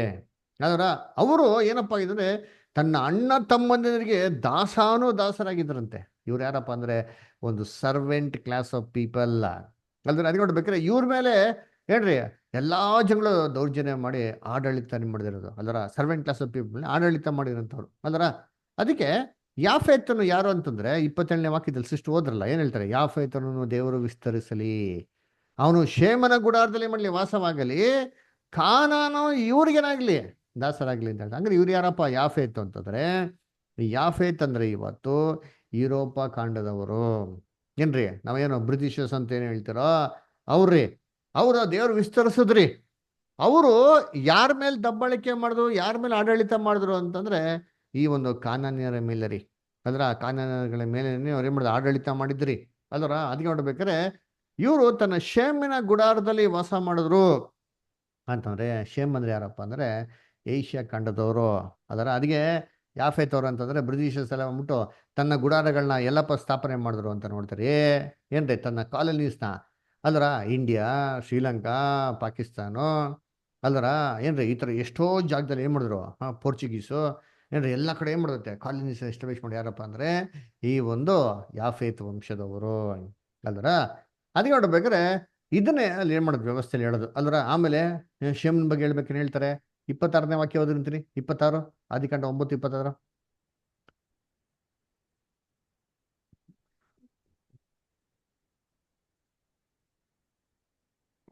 ಓದ್ರಿ ಸೋದರ ಸೋದರಿಗಳೇ, ದಯವಿಟ್ಟು ಯಾರ್ಯಾರು ಬೈಬಲ್ ತೆಗಿತಾರೆ ಜಲ್ದಿ ಓದ್ಬೇಕು. ಅವನು ಇನ್ನು ನುಡಿದಿದ್ದೇನೆಂದರೆ, ಶೇಮನ ದೇವರಾದ ಯೆಹೋವನಿಗೆ ಸ್ತೋತ್ರವಾಗಲಿ, ಕಾನಾನನು ಅವರಿಗೆ ದಾಸನಾಗಲಿ. ನೋಡ್ರ, ಅದಕ್ಕೆ ಶೇಮಿನ ದೇವರಿಗೆ ಸ್ತೋತ್ರವಾಗಲಿ ಅಂತ ಹೇಳ್ತಾರೆ. ಅದರ ಕಾನಾನು ಇವನ್ಗೆ ದಾಸನಾಗ್ಲಿ ಅಂತ ಹೇಳ್ತಾರೆ. ಅದರ ಇವ್ರು ಯಾರಪ್ಪ ಅಂದ್ರೆ ಏಷ್ಯಾ ಕಾಂಡದವ್ರಿ. ದೇವರಿಗೆ ಸ್ತೋತ್ರವಾಗಲಿ ಅಂತಂದ್ರೆ ತುಂಬಾ ದೇವ್ರನ್ನ ಹುಡ್ಕಂತ ಜನಾಂಗ ಯಾರಪ್ಪ ಅಂದ್ರೆ ಈ ಶೇಮಿನವರು. ಅದಕ್ಕೆ ಲೋಕದಲ್ಲಿರುವಂಥ ಪ್ರತಿಯೊಂದು ಧರ್ಮ ಇವತ್ತು ಯಾರ ನಡುವೆಯಿಂದ ಬಂದಿರೋಂತೆ ಶೇಮಿನ ಬಂದಿರೋದು. ಅದರ ಅಂದ್ರೆ ಏಷ್ಯಾ ಕಾಂಡದಿಂದ ಯಾವ ಧರ್ಮ ತೊಗೊಳ್ರಿ, ಯಹೂದ್ಯರ ಧರ್ಮ ತೊಗೊಳ್ಳಿ, ಕ್ರೈಸ್ತ ಧರ್ಮ ತೊಗೊಳ್ಳಿ, ಇಸ್ಲಾಂ ಧರ್ಮ ತೊಗೊಳ್ಳಿ, ಹಿಂದೂ ಧರ್ಮ ತೊಗೊಳ್ಳಿ, ಬುದ್ಧಿಸಮ್ ತೊಗೊಳ್ಳಿ, ಜೈನಿಸಮ್ ತೊಗೊಳ್ಳಿ, ಎಲ್ಲ ಉತ್ಪತ್ತಿಯಾಗಿರೋದು ಏಷ್ಯಾ ದಿನಕರಿ. ಏಷ್ಯಾ ಒಂದು ಜನಗಳು ತುಂಬ ದೇವ್ರನ್ನ ಹೊಡ್ಕೊಡಿ. ನೀವು ನಾವು ನೋಡಿರ್ತೀನಿ ಅದರ ಏನ್ರಿ ಬೈಬಲ್ ಪಾಠ ಅಂದ್ರೆ ಈ ಜನ ಬರ್ತೀರಿ. ಅದೇ ಹೋಗಿ ಎಲ್ಲರ ಕಡೆ ಏನ್ರಿ ಯುರೋಪು, ಅಮೇರಿಕನ್ಸು, ಅದು ಆಫ್ರಿಕಲ್ಲಿರೋ ಜನಗಳಿಗೆ ಬರೀ ನಾವು ದೇವ್ರ ಬಗ್ಗೆ ತಿಳ್ಕೊಳ ಬರ್ತಾರಾ ಏನ್ರಿ? ಅವರೆಲ್ಲ ಕೆರೆ ಮಾಡೋದಿಲ್ಲ ರೀ. ಅದರ ಅದನ್ನ ಕರ್ತನಲ್ಲಿ ಪ್ರೀತಿಗಳೇ ಇವರೇ ಕಾನಾನವ್ರ ಮೇಲೆ ಏನ್ರಿ ದಬ್ಬಾಳಿಕೆ ಮಾಡಿದ್ದು. ಈ ರೀತಿ ಏನಾಯ್ತಂದ್ರೆ ಜನಸಂಖ್ಯೆ ಅಭಿವೃದ್ಧಿ ಆಯ್ತು. ಲೋಕ ಎಲ್ಲಾ ಕಡೆ ಜನಗಳೇನು ಬೆಳೆದ್ರು. ಆ ಕಾಲದಲ್ಲಿ ಎಲ್ಲಾರ್ಗು ಒಂದೇ ಭಾಷೆ ಇತ್ತು. ಒಂದೇ ಭಾಷೆ ಇರೋದ್ರಿಂದ ಒಂದು ದೊಡ್ಡ ಗೋಪುರ ಕಟ್ಟಕ್ಕೆ ಶುರು ಮಾಡೋದು. ಎಲ್ಲಿಗೆ ಹೋಗೋದಕ್ಕೆ? ಆಕಾಶಕ್ಕೆ ಹೋಗೋದಕ್ಕೆ. ಇನ್ಮೇಲೆ ಜಳಪಲೆ ಬಂದ್ರೆ ನಾವು ಎಸ್ಕೇಪ್ ಆಗ್ಬಿಡೋಣ, ಆಕಾಶಕ್ಕೆ ಹೋಗಿ ಏನು ಏರ್ಬಿಡೋಣ, ನಾವು ಏರ್ಬಿಡೋಣ. ಏನಾದರೂ ಜಳಪಲೆ ನಾವೇನು ಬಿಡೋದು, ನಮ್ಗೇನು ತೊಂದರೆ ಆಗ್ಬಿಡ್ದು ಅಂದ್ಬಿಟ್ಟು ದೇವ್ರ ವಾಗ್ದಾನ ಮರ್ತು ಬಿಡ್ತಾರೆ. ಏನು ತಂದು ದೇವರು ಮುಗಿಲ್ ಇಟ್ಬಿಟ್ಟು ಇನ್ನು ಸ್ಥಿತಿ ನಾನು ಮಾಡೋದಲ್ಲ ಅಂತ ಅಂದ್ಬಿಟ್ರು. ಅದನ್ನು ಮರ್ತೋಗ್ಬಿಟ್ಟು ಇವ್ರು ಏನು ಮಾಡ್ತಾರೆ, ಗೋಪುರ ಕಟ್ಟಕ್ಕೆ ಶುರು ಮಾಡಿದ್ರೆ ಇದು ದೇವ್ರಿಗೆ ಇಷ್ಟ ಆಗೋದಿಲ್ಲ. ಅದಕ್ಕೆ ದೇವ್ರವ್ರ ಭಾಷೆನ ತಾರುಮಾರು ಮಾಡಿಬಿಡ್ತಾರೆ. ಒಬ್ಬರು ಭಾಷೆ ಮತ್ತೊಬ್ರು ಅರ್ಥ ಆಗ ರೀತಿಯಲ್ಲಿ ಏನು ಮಾಡ್ತಾರೆ ದೇವರು ಮಾಡಿಬಿಡ್ತಾರೆ. ನೋಡಿದ್ದೀನಿ ಅಲ್ಲರ. ಅದಕ್ಕೆ ಒಂದು ಭಾಷೆಯಲ್ಲಿಂತ ಮಾತು ಇನ್ನೊಂದು ಭಾಷೆಯಲ್ಲಿ ಬೇರೆ ಥರ ಅರ್ಥ ಬರ್ತಾರೆ. ಅದರ ಏನ್ರಿ ಒಂದು ತಪ್ಪಾದ ಅರ್ಥ ಕೊಡ್ತಾರೆ, ಇನ್ನೊಂದು ಬೇರೆ ಬೇರೆನೇ ಅರ್ಥ ಕೊಡ್ತಾರೆ ಭಾಷೆಗಳಲ್ಲಿ. ಅದಕ್ಕೆ ಒಬ್ಬರು ಭಾಷೆ ಇನ್ನೊಬ್ಬರು ಭಾಷೆ ಅರ್ಥ ಮಾಡ್ಕೊಳಕ್ಕೆ ಯಾವಾಗ ಆಗಿಲ್ವೋ ಆ ಭಾಷೆ ಜನಗಳು ಆ ಜಾಗದಲ್ಲಿ ಹೋಗಿ ಸೆಟ್ಲ್ ಆಗೋದಕ್ಕೆ ಏನು ಮಾಡಿದ್ರು ಶುರು ಮಾಡೋದು. ಅದಕ್ಕೆ ಲೋಕದಲ್ಲಿ ಇವತ್ತು ಸುಮಾರು 2500 ಭಾಷೆಗಳಿದೆ ರೀ. ಅದರ ಆ ಥರ ಎರಡನೇ ಲೋಕ ಏನಾಯ್ತು ಅಭಿವೃದ್ಧಿ ಆಗ್ತಾ ಬಂತು. ಅದರ ಈ ಎರಡನೇ ಲೋಕದಲ್ಲಿ ಒಬ್ಬ ಮುಖ್ಯವಾಗಿರೋ ಮನುಷ್ಯ ಇರ್ತಾರೆ. ಅದರ ಯಾರಪ್ಪ ಅಂದರೆ ದ ಫ್ರೆಂಡ್ ಆಫ್ ಗಾಡ್. ಯಾರು ದೇವರ ಸ್ನೇಹಿತ ಅಂದ್ರೆ ಯಾರು ಬೈಬಲಲ್ಲಿ ಹಳೆ ಒಡಂಬಡಿಕೆಯಲ್ಲಿ? ಅಬ್ರಹಾಂ. Very good. ಅಬ್ರಹಾಂ ನೋಡ್ರ, ಅಬ್ರಹಾಂ ಏನ್ರಿ ದೇವರ ಸ್ನೇಹಿತ. ಅದರ ದೇವರು ಅಬ್ರಹಾಮ್ಗೆ ಕರೀತಾರೆ, ಅಬ್ರಹಾಮನೇ ನಾನು ಹೇಳಂತ ಭೂಮಿಗೆ ಬಾ, ನಿನ್ಗೇನು ಮಾಡ್ತೀನಿ, ನಿನ್ನ ಸಂತತಿ ಮುಖಾಂತರ ಎಲ್ಲ ನಾನು ಆಶೀರ್ವಾದ ಮಾಡೇ ಮಾಡ್ತೀನಿ ಅಂತ ಹೇಳ್ತಾರೆ. ಅಬ್ರಹಾಮ್ಗೆ ಸಂತತಿನೇ ಇರಲ್ಲ, ಯಾವ ಮಕ್ಕಳೇ ಇರಲ್ಲ. ಸೊ ದೇವ್ರು ಹೇಳ್ಬಿಟ್ರು ಅಂತ ಏನು ಮಾಡ್ತಾರೆ, ದೇವ್ರ ವಾಗ್ದಾನ ಮೇಲೆ ನಂಬಿಕೆ ಇಟ್ಬಿಟ್ಟು ಅದೇನು ಮಾಡ್ತಾರೆ, ದೇವ್ರ ವಾಗ್ದಾನ ಭೂಮಿಗೆ ಬರೋಕ್ಕೆ ಶುರು ಮಾಡ್ತಾರೆ. ನೋಡ್ತೀವಿ ಅಂದ್ರೆ ಅದಕ್ಕೆ ಕರ್ತನಲ್ಲಿ ಪ್ರೀತಿ ಅಂತ ಸೋರಸಗಳೇ ನಿನ್ನ ಸಂತತಿ ಮುಖಾಂತರ ಏನು ಮಾಡ್ತೀನಿ ಎಲ್ಲರನ್ನೂ ಆಶೀರ್ವಾದ ಮಾಡೇ ಮಾಡ್ತೀನಿ ಅಂತ ಹೇಳ್ತಾರೆ. ನೋಡಿದ್ರ ಆವಾಗ ಅಬ್ರಹಾಮಿಗೆ 100 ವಯಸ್ಸಲ್ಲಿ ಇಸ್ಸಾಕ್ ಅಂತ ಮಗನ್ನ ಕೊಡ್ತಾರೆ. ರೆಬೆಕ್ಕಾಗೆ 90 ವರ್ಷ ಆಗಿರ್ತಾರೆ ಅದರ ಸತಿ ನೋಡ್ಬೇಕಾದ್ರೆ ಇಸ್ಸಾಕ್ ಅಂತ ಮಗ ಹುಡ್ತಾನೆ. ಆದರೆ ಇಸಾಕು ವಯಸ್ಸಿಗೆ ಬಂದ್ಮೇಲೆ ದೇವ್ರನ್ನ ಹೇಳ್ತಾರೆ, ನೀನು ತುಂಬಾ ಅತಿಯಾಗಿ ಪ್ರೀತಿ ಮಾಡೋಂಥ ಮಗನಾಗಿರೋಂಥ ಇಸಾಕನ ಏನ್ರಿ ಆ ಮೊರಿಯಾ ಪರ್ವತ ಮೇಲೆ ತೊಗೊಂಡೋಗಿ ಬಲಿ ಕೊಟ್ಬಿಡು ಅಂತ ಹೇಳ್ತಾರೆ. ಅವಾಗ ಅಬ್ರಾಮ್ ಏನು ಮಾಡ್ತಾನೆ, ಇಸಾಕನ ಕರ್ಕೊಂಡು ಪರ್ವತ ಮೇಲೆ ಹೋಗಿ ಏನು ಮಾಡ್ತಾನೆ, ಮಗನ್ನ ಬಲಿ ಕೊಡೋಕ್ಕೆ ರೆಡಿ ಆಗ್ತಾನೆ. ನೋಡಿರ್ತೀನಿ ಆಗ ದೇವರು ಆಕಾಶದಿಂದ ಬಂದ್ಬಿಟ್ಟು ದೇವದೂತರ ಮುಖಾಂತರ ಬಂದು ಏನು ಮಾಡ್ತದೆ, ಅವನ್ನ ತಡಿತಾರೆ. ಅದರ ಅವಾಗ ದೇವರು ಅಬ್ರಾಮ್ ಹತ್ರ ಒಂದು ಮುಖ್ಯವಾಗಿರೋ ವಾಗ್ದಾನ ಮಾಡ್ತಾರೆ. ಏನು ವಾಗ್ದಾನ ಮಾಡ್ತಾರೆ ನೋಡಿ, ಓದೋಣ. ಆದಿಕಾಂಡ 22ನೇ ಅಧ್ಯಾಯ 16-18 ಓದ್ರಿ ಅಂತೀನಿ. ಜೆನೆಸಿಸ್ 22:16. ನೀನು ನಿನ್ನ ಒಬ್ಬನೇ ಮಗನನ್ನು ಸಮರ್ಪಿಸುವುದಕ್ಕೆ ಹಿಂದೆಗೆದೆ ಹೋದುದರಿಂದ ನಾನು ನಿನ್ನನ್ನು ಆಶೀರ್ವದಿಸುವೆನು. ನಿನ್ನ ನಾನು ಸಂತತಿಯನ್ನು ನಿನ್ನ ಆಶೀರ್ವದಿಸುವೆನೋ, ನಿನ್ನ ಸಂತತಿಯನ್ನು ಹೆಚ್ಚಿಸುವೆನು, ನಿನ್ನ ಸಂತತಿಯನ್ನು ಹೆಚ್ಚಿಸುವೆನು ಅಂದ. ಅದನ್ನು ಆಕಾಶದ ನಕ್ಷತ್ರಗಳಂತೆಯೂ ಸಮುದ್ರ ತೀರದಲ್ಲಿರುವ ಉಸುಬಿನಂತೆಯೂ ಅಸಂಖ್ಯವಾಗಿ ಮಾಡುವೆನು. ನೋಡ್ರ, ನಿನ್ನ ಸಂತತಿಯನ್ನು ಹೆಚ್ಚಿಸುವೆನೋ, ಆಕಾಶದ ನಕ್ಷತ್ರದಂತೆಯೂ ಸಮುದ್ರದಂತ ಉಸುಬಿನಂತೆಯೋ ಏನ್ರಿ ಅಸಂಖ್ಯವಾಗಿ ಮಾಡ್ತೀನಿ ಅಂತ ತನ್ನ ಮೇಲೆ ಆಣೆ ಇಟ್ಕೊಂಡು ಏನು ಮಾಡ್ತಾರೆ ದೇವರು ಹೇಳ್ತಾರೆ.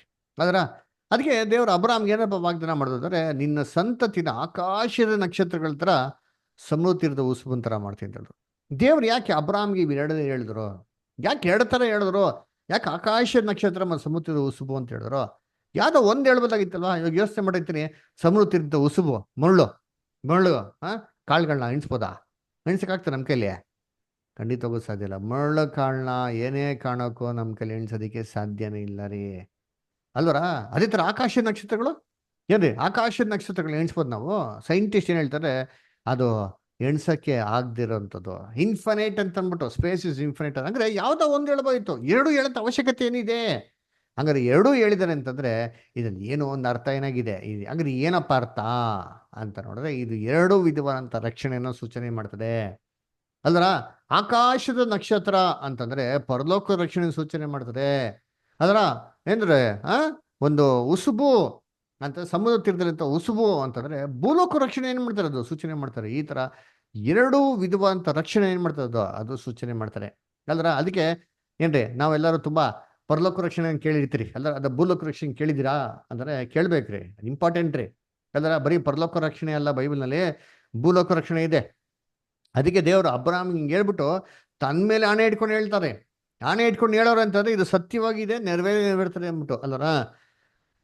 ಹಾಗಾದ್ರೆ ಈ ಪರಲೋಕದ ರಕ್ಷಣೆಗೆ ಹೋಗುವಂಥವ್ರು ಯಾರು? ಆಕಾಶದ ನಕ್ಷತ್ರಗಳನ್ನು ಯಾರು? ಅದರ ಭೂಲೋಕಕ್ಕೆ ರಕ್ಷಣೆಗೆ ಬರೋರು ಯಾರು? ಈ ಒಂದು ಸಮುದ್ರದಂತ ಉಸು ಬಂದು ಯಾರು? ಈ ಎರಡು ಗುಂಪು ಜನಾಂಗನ ಯಾರನ್ನ ಸೂಚನೆ ಮಾಡ್ತಾರೆ? ಯಾರಪ್ಪ ಇವರು ಅಂತ ನೋಡ್ಬೇಕಾರೆ, ಕರ್ತನಲ್ಲಿ ಪ್ರೀತಿ ಅಂತ ಸರೋಗಳೇ, ಯೇಸು ಕ್ರಿಸ್ತು ಮೊದಲನೇ ಬರೋಕ್ಕಿಂತ ಮುಂಚೆ ಭೂಲೋಕದಲ್ಲಿ ಯಾರೆಲ್ಲ ಇದ್ರೋ ಅವ್ರೇನ್ರಿ, ಸಮುದ್ರ ತೀರದಲ್ಲಿರುವಂತಹ ಹುಸುಬಿನ ತರ ಅವ್ರಿಗೆಲ್ಲ ಭೂಲೋಕದ ರಕ್ಷಣೆ. ಆದ್ರೆ ಯೇಸು ಕ್ರಿಸ್ತು ಮೊದಲನೇ ಬರುವಿಕೆ ನಂತರ ಯಾರೆಲ್ಲ ಇದ್ದಾರೋ ಏನ್ರಿ, ಅವ್ರಿಗೆಲ್ಲ ಪರಲೋಕದ ರಕ್ಷಣೆ. ಈ ತರ ಎರಡು ರಕ್ಷಣೆಗಳು ಇದು ಸೂಚನೆ ಮಾಡ್ತಾರೆ. ಇದನ್ನೇ ನಮ್ಮ ಸತ್ಯವೇದದಲ್ಲಿ ತುಂಬಾ ಕ್ಲಿಯರ್ ಆಗಿ ಕೊಟ್ಟಿದ್ದಾರೆ ಅಲ್ರ. ಅದಕ್ಕೆ ನಾನು ನಿಮ್ಗೆಲ್ಲರಿಗೂ ಒಂದು ಪ್ರಶ್ನೆ ಕೇಳ್ತೀನಿ ರೀ. ಅದರ ಭೂಲೋಕದಲ್ಲಿ ಹಳೆ ಒಡಂಬಡಿಕೆಯಲ್ಲಿ ಯೇಸು ಕ್ರಿಸ್ತು ಬರೋಕ್ಕಿಂತ ಮುಂಚೆ ಭೂಲೋಕದಲ್ಲಿ ತುಂಬಾ ದೊಡ್ಡ ವ್ಯಕ್ತಿ ಯಾರಪ್ಪ, ಎಲ್ಲರಿಗಿಂತ ತುಂಬಾ ಶ್ರೇಷ್ಠವಾಗಿರೋಂಥನೋ, ತುಂಬಾ ದೊಡ್ಡ ಪ್ರಮುಖವಾಗಿರೋಂಥ ವ್ಯಕ್ತಿ ಅಂದ್ರೆ ಯಾರು ಅಂತ ಕೇಳಿದ್ರೆ ನೀವೇನು ಹೇಳ್ತೀರಾ? ಯಾರನ್ನ ಹೇಳ್ತೀರಾ? ಯಾರು ಹೇಳ್ರಿ? ಯೇಸು ಕ್ರಿಸ್ತು ಬರೋಕ್ಕಿಂತ ಮುಂಚೆ ಭೂಲೋಕದಲ್ಲಿ ತುಂಬಾ ದೊಡ್ಡ ವ್ಯಕ್ತಿ ಯಾರು, ತುಂಬಾ ಪ್ರಮುಖನಾಗಿರೋಂಥ ವ್ಯಕ್ತಿ ಯಾರು? ಆದಾಮು. ಅದರ ಎಲ್ಲರಿಗಿಂತ ಮೂಲ ತಂದೆ. ಆಮೇಲೆ ನೆಕ್ಸ್ಟ್ ಬೇರೆ ಇನ್ಯಾರಿದ್ದಾರೆ? ದೇವರಿಗೆ ನಂಬಿಕಸ್ಥರಾಗಿದ್ದವರು ಇನ್ಯಾರಿದ್ದಾರೆ? ಯಾರು ಇಲ್ವಾ? ಹಳೆ ಒಡಂಬಡಿಕೆಯಲ್ಲಿ ನಿಮ್ಗೆ ಯಾರಿಗೂ ಗೊತ್ತಿಲ್ವಾ? ಅಲ್ವರ ಏನ್ರಿ, ಯಾರಿದ್ದಾರೆ? ಮೋಸೆ, ಆಮೇಲೆ ಅಬ್ರಹಾಮು, ಇದರ ಇಲ್ವೋ? ಇದರಲ್ಲ, ಇವರಲ್ಲಿ ದೊಡ್ಡ ವ್ಯಕ್ತಿಗಳಲ್ವಾ? ಸ್ಯಾಮ್ಸೋನು, ದಾವಿದು ಅಲ್ವರ ಏನ್ರಿ, ಎಷ್ಟೋ ಜನಗಳಿದ್ದಾರೆ. ದಾನಿಯಲ್ಲು, ಯೋಬು ಅಲ್ವರ, ಎಷ್ಟೆಷ್ಟೋ ಪ್ರವಾದಿಗಳಿದ್ದಾರೆ ಅಲ್ವರ. ಹಾಗಾದ್ರೆ ಇವ್ರು ಎಲ್ಲಾರಕ್ಕಿಂತ ದೊಡ್ಡವ್ರು ಯಾರಪ್ಪ ಅಂತ ನೋಡಿದ್ರೆ ಈ ಪ್ರಶ್ನೆನ ನಾವು ಯೇಸು ಕ್ರಿಸ್ತು ಕೇಳೋಣ. ಯೇಸು ಕ್ರಿಸ್ತು ಏನ್ ಹೇಳ್ತಾರೆ? ವಾಕ್ಯ ಓದ ನೋಡಿತೀನಿ. ಮತ್ತೆ 11ನೇ ಅಧ್ಯಾಯ 11ನೇ ವಾಕ್ಯ ಓದಿರ್ತೀನಿ. ಮ್ಯಾಥ್ಯೂ 11:11 ದಯವಿಟ್ಟು ಓದ್ರಿ ಯಾರಾದ್ರು. ಹಿರಿಯರಲ್ಲಿ ಹುಟ್ಟಿದವರೊಳಗೆ ಸಾಣಿಕನಾದ ಯೋಹನಿಗಿಂತ ದೊಡ್ಡವನು ಎದ್ದಿಲ್ಲ. ಆದರೂ ಪರಲೋಕ ರಾಜ್ಯದಲ್ಲಿರುವ ಚಿಕ್ಕವನು ಅವನಿಗಿಂತಲೂ ದೊಡ್ಡವನೆಂದು ನಿಮಗೆ ಸತ್ಯವಾಗಿ ಹೇಳುತ್ತೇನೆ. ನೋಡ್ರ, ಸ್ತ್ರೀಯಲ್ಲಿ ಹುಟ್ಟಿದವರೊಳಗೆ ಯಾರಪ್ಪ ದೊಡ್ಡವರು ಅಂತಂದ್ರೆ ಅಬ್ರಹಾಮ ಅಥವಾ ಮೋಸೆಸ ಅಥವಾ ಎಲಿಯನ ಅಂತ ಕೇಳಿದ್ರೆ ಏನ್ ಹೇಳ್ತಾರೆ ಯೇಸು ಕ್ರಿಸ್ತು? ಸ್ನಾನಿಕನ ಯೋಹಾನಕ್ಕಿಂತ ದೊಡ್ಡವನು ಇದ್ದಿಲ್ಲ. ಅಂದ್ರೆ ಎಲ್ಲಾ ವ್ಯಕ್ತಿಗಳಲ್ಲಿ ತುಂಬಾ ದೊಡ್ಡ ವ್ಯಕ್ತಿ ಯಾರಪ್ಪ ಅಂದ್ರೆ ಸ್ನಾನಿಕನ ಯೋಹಾನ ಅಂತ ಹೇಳ್ತಾರೆ. ಭೂಲೋಕದಲ್ಲಿ ಎಲ್ಲಾ ಮನುಷ್ಯರಲ್ಲಿ ದಾವೀದು, ಇಸಾಕು, ಯಾಕೋಬು, ಮೋಸೆಸು, ಎಲ್ಲ ಅಬ್ರಹಾಮು, ಅವ್ರಕ್ಕಿಂತನೂ ನೋವಾಕ್ಕಿಂತನೂ ದೊಡ್ಡವ್ರು ಯಾರಪ್ಪ ಅಂದ್ರೆ ಸ್ನಾನಿಕನ ಯೋಹಾನ ರೀ. ಅವ್ರಕ್ಕಿಂತ ದೊಡ್ಡ ಎದ್ದೇ ಇಲ್ಲ ಅಂತ ಹೇಳ್ತಾರೆ. ಆದರೂ ಏನ್ ಹೇಳ್ತಾರೆ ಅಂದ್ರೆ ಪರಲೋಕದ ರಕ್ಷಣೆಗೆ ಯಾರು ಬರ್ತಾರೋ ಆ ಚಿಕ್ಕ ವ್ಯಕ್ತಿ, ಕನಿಷ್ಠವಾಗಿದ್ದಂಥ ವ್ಯಕ್ತಿ ಈ ಯೋಹಾನನ್ಕಿಂತ ದೊಡ್ಡದಾಗಿದ್ದಾರೆ ಅಂತ ಹೇಳ್ತಾರೆ. ಹಂಗಾರೆ ಏನಪ್ಪ ಅರ್ಥ ಅಂತಂದ್ರೆ ಯೋಹಾನ ಭೂಲೋಕಕ್ಕೆ ಸಂಬಂಧವಾಗಿರೋಂಥ ವಿಚಾರದಲ್ಲಿ, ಭೂಲೋಕದಲ್ಲಿ ಎಲ್ಲಾರು ಹುಟ್ಟಿರೋಂಥ ವಿಚಾರದಲ್ಲಿ ಇವರೇ ದೊಡ್ಡವ್ರು, ಇವ್ರಕ್ಕಿಂತ ದೊಡ್ಡವ್ರು ಯಾರು ಇಲ್ಲ ರೀ. ಹಾಗಾದ್ರೆ ಭೂಲೋಕದ ರಕ್ಷಣೆಗೆ ಸಂಬಂಧವಾಗಿ ಯೋಹಾನ ದೊಡ್ಡವನು. ಅಂದ್ರೆ ಹಂಗಾರೆ ಅವರು ಪರಲೋಕಕ್ಕೆ ಹೋಗ್ಬಿಟ್ರಾ, ಪರಲೋಕ ರಕ್ಷಣೆಗೆ ಹೋಗ್ಬಿಡ್ತಾರಾ ಅಂತಂದ್ರೆ ಇಲ್ಲ ರೀ. ಯೇಸು ಕ್ರಿಸ್ತು ಹೇಳ್ತಾರೆ ಆದರೂ ಏನ್ರಿ, ಪರಲೋಕ ಒಂದು ರಕ್ಷಣೆಗೆ ಬರುವಂತ ಕನಿಷ್ಠ ಮನುಷ್ಯನು ಯೋಹಾನಕ್ಕಿಂತ ದೊಡ್ಡವನು ಅಂತ ಹೇಳ್ತಾರೆ. ಇನ್ನೊಂದ್ಸತಿ ಓದಿ ವಾಕ್ಯನ ದಯವಿಟ್ಟು ಓದ್ರಿ. ಮ್ಯಾಥ್ಯೂ 11:11 ಸೈಮನ್ ಬದರ್ ಓದ್ರಿ. ಮ್ಯಾಥ್ಯೂ 11:11 ಇನ್ನೊಂದ್ಸತಿ ಓದ್ರಿತೀನಿ. ಸ್ತ್ರೀಯರಲ್ಲಿ ಹುಟ್ಟಿದವರೊಳಗೆ ಸ್ನಾನಿಕನಾದ ಯೋಹಾನನಿಗಿಂತ ದೊಡ್ಡವನು ಎದ್ದಿಲ್ಲ. ನೋಡ್ರ, ಆದರೂ ಪರಲೋಕ ರಾಜ್ಯದಲ್ಲಿರುವ ಚಿಕ್ಕವನು ಅವನಿಗಿಂತಲೂ ದೊಡ್ಡವನೆಂದು ನಿಮಗೆ ಸತ್ಯವಾಗಿ ಹೇಳುತ್ತೇನೆ. ನೋಡ್ರ, ಸ್ತ್ರೀಯಲ್ಲಿ ಹುಟ್ಟಿದವರಲ್ಲಿ ಸ್ನಾನಿಕನ ಯೋಹಾನನ್ಕಿಂತ ದೊಡ್ಡವರು ಎದ್ದಿಲ್ಲ. ಆದರೂ ಏನ್ರಿ ಆದರೂ ಏನ್ರಿ ಪರಲೋಕ ರಾಜ್ಯಕ್ಕೆ ಇರುವಂತ ಚಿಕ್ಕವನು ಯೋಹಾನನ್ಕಿಂತ ಹೆಂಗಿರ್ತಾನಂತಾರೆ, ದೊಡ್ಡವನಾಗಿರ್ತಾನೆ ಅಂತ ಹೇಳಿದ್ರು. ಹಂಗಾರೆ ಏನ್ರಿ ಆ ಇವರು ಎಷ್ಟೇ ದೊಡ್ಡವರಾಗಿರ್ಬೋದು, ಪರಲೋಕದ ರಕ್ಷಣೆಗೆ ಬರೋಕ್ಕೆ ಸಾಧ್ಯ ಇಲ್ಲ ಅಂತಾರಿ. ಅದು ಸ್ಪಷ್ಟವಾಗಿ ಯೇಸು ಕ್ರಿಸ್ತನ ಮಾತಲ್ಲಿ ನಮ್ಗೆ ಕ್ಲಿಯರ್ ಗೊತ್ತಾಗ್ತಾರೆ ಅಲ್ರ. ಹಂಗಂದ್ರೆ ಪರಲೋಕ ರಕ್ಷಣೆಗೆ ಬರುವಂತ ಕನಿಷ್ಠ ಮನುಷ್ಯನು, ಚಿಕ್ಕ ಮನುಷ್ಯನು ಯೋಹಾನ್ಕಿಂತ ಏನಾಗಿದ್ದಾರೆ, ದೊಡ್ಡವರಾಗಿದ್ದಾರೆ. ಯೋಹಾನ್ ಎಷ್ಟೇ ದೊಡ್ಡವರು ಇರ್ಬೋದು, ಅವ್ರು ಪರಲೋಕ ರಕ್ಷಣೆಗೆ ಬರೋಕ್ಕೆ ಸಾಧ್ಯ ಇಲ್ಲ. ಹಂಗಾರೆ ಹಳೆ ಒಡಂಬಡಿಕೆಯಲ್ಲಿ ಇದ್ರಲ್ಲ ಎಷ್ಟೋ ಜನಗಳು ಅಲ್ವರ, ಏನ್ರಿ ದಾವಿದು, ಅಬ್ರಾಮು, ಇಸಾಕು, ಯಾಕೋಬು, ಎಲಿಯಾ, ಏನಾಕೋ, ಇವರೆಲ್ಲ ಎಲ್ಲೋದ್ರು, ಇವರೆಲ್ಲ ಪರಲೋಕಕ್ಕೆ ಹೋಗಿಲ್ವಾ ಅಂತಂದ್ರೆ ಏನ್ರಿ ನಮ್ಗೆ ಹೆಂಗ್ ಕಂಡಿಡಿಯೋದು? ನಾವಂತೂ ಪರಲೋಕಕ್ಕೆ ಹೋಗಿಲ್ಲ. ನೀವ್ಯಾರು ಹೋಗಿದ್ರ ಪರಲೋಕಕ್ಕೆ? ನಿಮ್ಮಲ್ಲಿ ಯಾರು ಪರಲೋಕಕ್ಕೆ ಹೋಗಿ ಬಂದಿದ್ದೀರಾ? ಯಾರು ಹೋಗಿದ್ರ ಪರಲೋಕಕ್ಕೆ? ನೀವ್ ಯಾರಾದ್ರ? ಇಲ್ಲ ಫಸ್ಟ್ ಇಲ್ಲ ಇಲ್ಲ.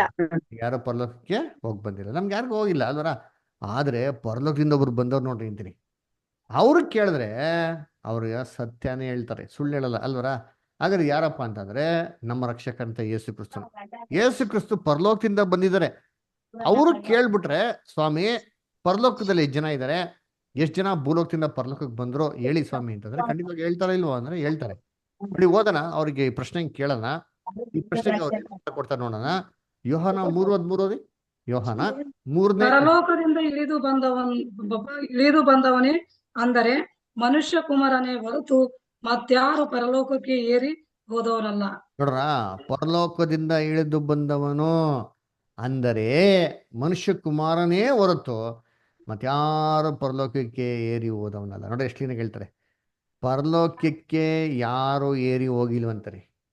ಪರಲೋಕದಿಂದ ಇಳಿದು ಬಂದವನು ಮನುಷ್ಯ ಕುಮಾರನೇ ಹೊರತು, ಜೀಸಸ್ ಕ್ರೈಸ್ಟ್ ಒಬ್ಬರೇ ಪರಲೋಕದಿಂದ ಬಂದಿರೋದು ಹೊರತು ಇಲ್ಲಿಂದ ಪರಲೋಕಕ್ಕೆ ಯಾರು ಹೋಗಿಲ್ಲ ಅಂತ ನಾನು ಹೇಳ್ತಾ ಇಲ್ಲ. ನಮ್ಮ ಸ್ವಾಮಿ, ನಮ್ಮ ರಕ್ಷಕನು, ನಮ್ಮ ಒಡೆಯನು, ನಮ್ಮ ಕರ್ತನಾಗಿರಂತ ಯೇಸು ಕ್ರಿಸ್ತು ಬಹು ಸ್ಪಷ್ಟವಾಗಿ ಹೇಳ್ತಾ ಇದ್ದಾರೆ, ಪರಲೋಕಕ್ಕೆ ಯಾರೋ ಹೋಗಿಲ್ಲ. ನೋಡ್ರ ಎಷ್ಟು ಹೇಳ್ತಾ. ಹಂಗಾರೆ ಬ್ರದರ್ ಪರಲೋಕಕ್ಕೆ ಹೋಗಿಲ್ಲ ಅಂದ್ರೆ ಹೆಂಗೆ ಬ್ರದರ್, ಮತ್ತೆ ಎಲ್ಲ ಎಲ್ಲೋದ್ರು ಅರ ವಾಕ್ಯ ಓದ ನೋಡಿದ್ದೀರಿ ಅಲ್ರ. ಅಪೊಸ್ತಲ ಕೃತ್ಯಗಳು 2ನೇ ಅಧ್ಯಾಯ 34ನೇ ವಾಕ್ಯ ದಯವಿಟ್ಟು ಓದಿ. ಅಪೊಸ್ತಲ ಕೃತ್ಯಗಳು 2:34 ಓದ್ರಿ. ಅಪೊಸ್ತಲ ಕೃತ್ಯಗಳು 2:34. ರೂತ್ ಸಿಸ್ಟರ್,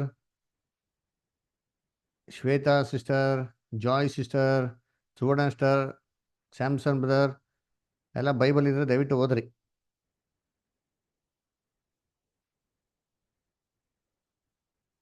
ಅಪೊಸ್ತಲ ಕೃತ್ಯಗಳು 2ನೇ ಅಧ್ಯಾಯ 34ನೇ ವಾಕ್ಯ. ಪ್ರಧಾನ ಓದ್ಬೋದಾ? ಅನ್ನಮ್ದು ಓದಿ. ನೀವು ನೋಡಿ ಕೇಳುವುದನ್ನು ಸುರಿಸಿದ್ದಾನೆ, ದಾವಿದನು ಆಕಾಶಕ್ಕೆ ಏರಿ ಹೋಗಲಿಲ್ಲವಲ್ಲ.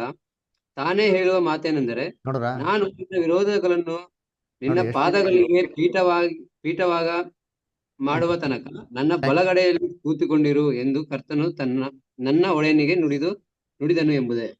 Thank you brother. ಸರ್ ನೋಡ್ಬೇಕಾದ್ರೆ ಬಹು ಸ್ಪಷ್ಟವಾಗಿ ಹೇಳ್ತಾರೆ, ದಾವೀದನು ಆಕಾಶಕ್ಕೆ ಏರಿ ಹೋಗಲಿಲ್ಲವಲ್ಲ.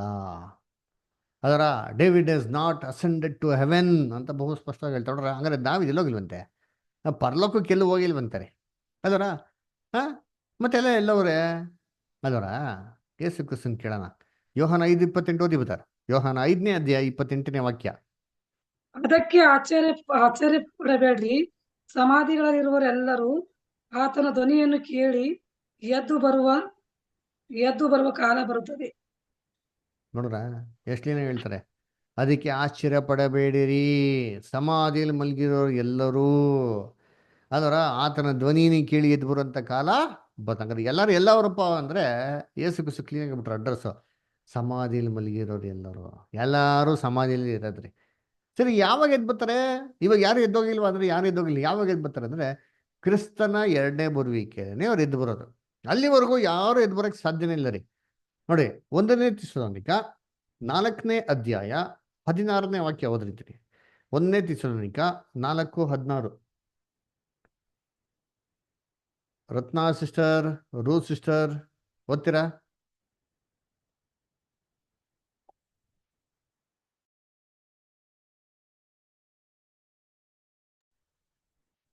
ಬ್ರದರ್ ಸಿಸ್ಟರ್ಸ್,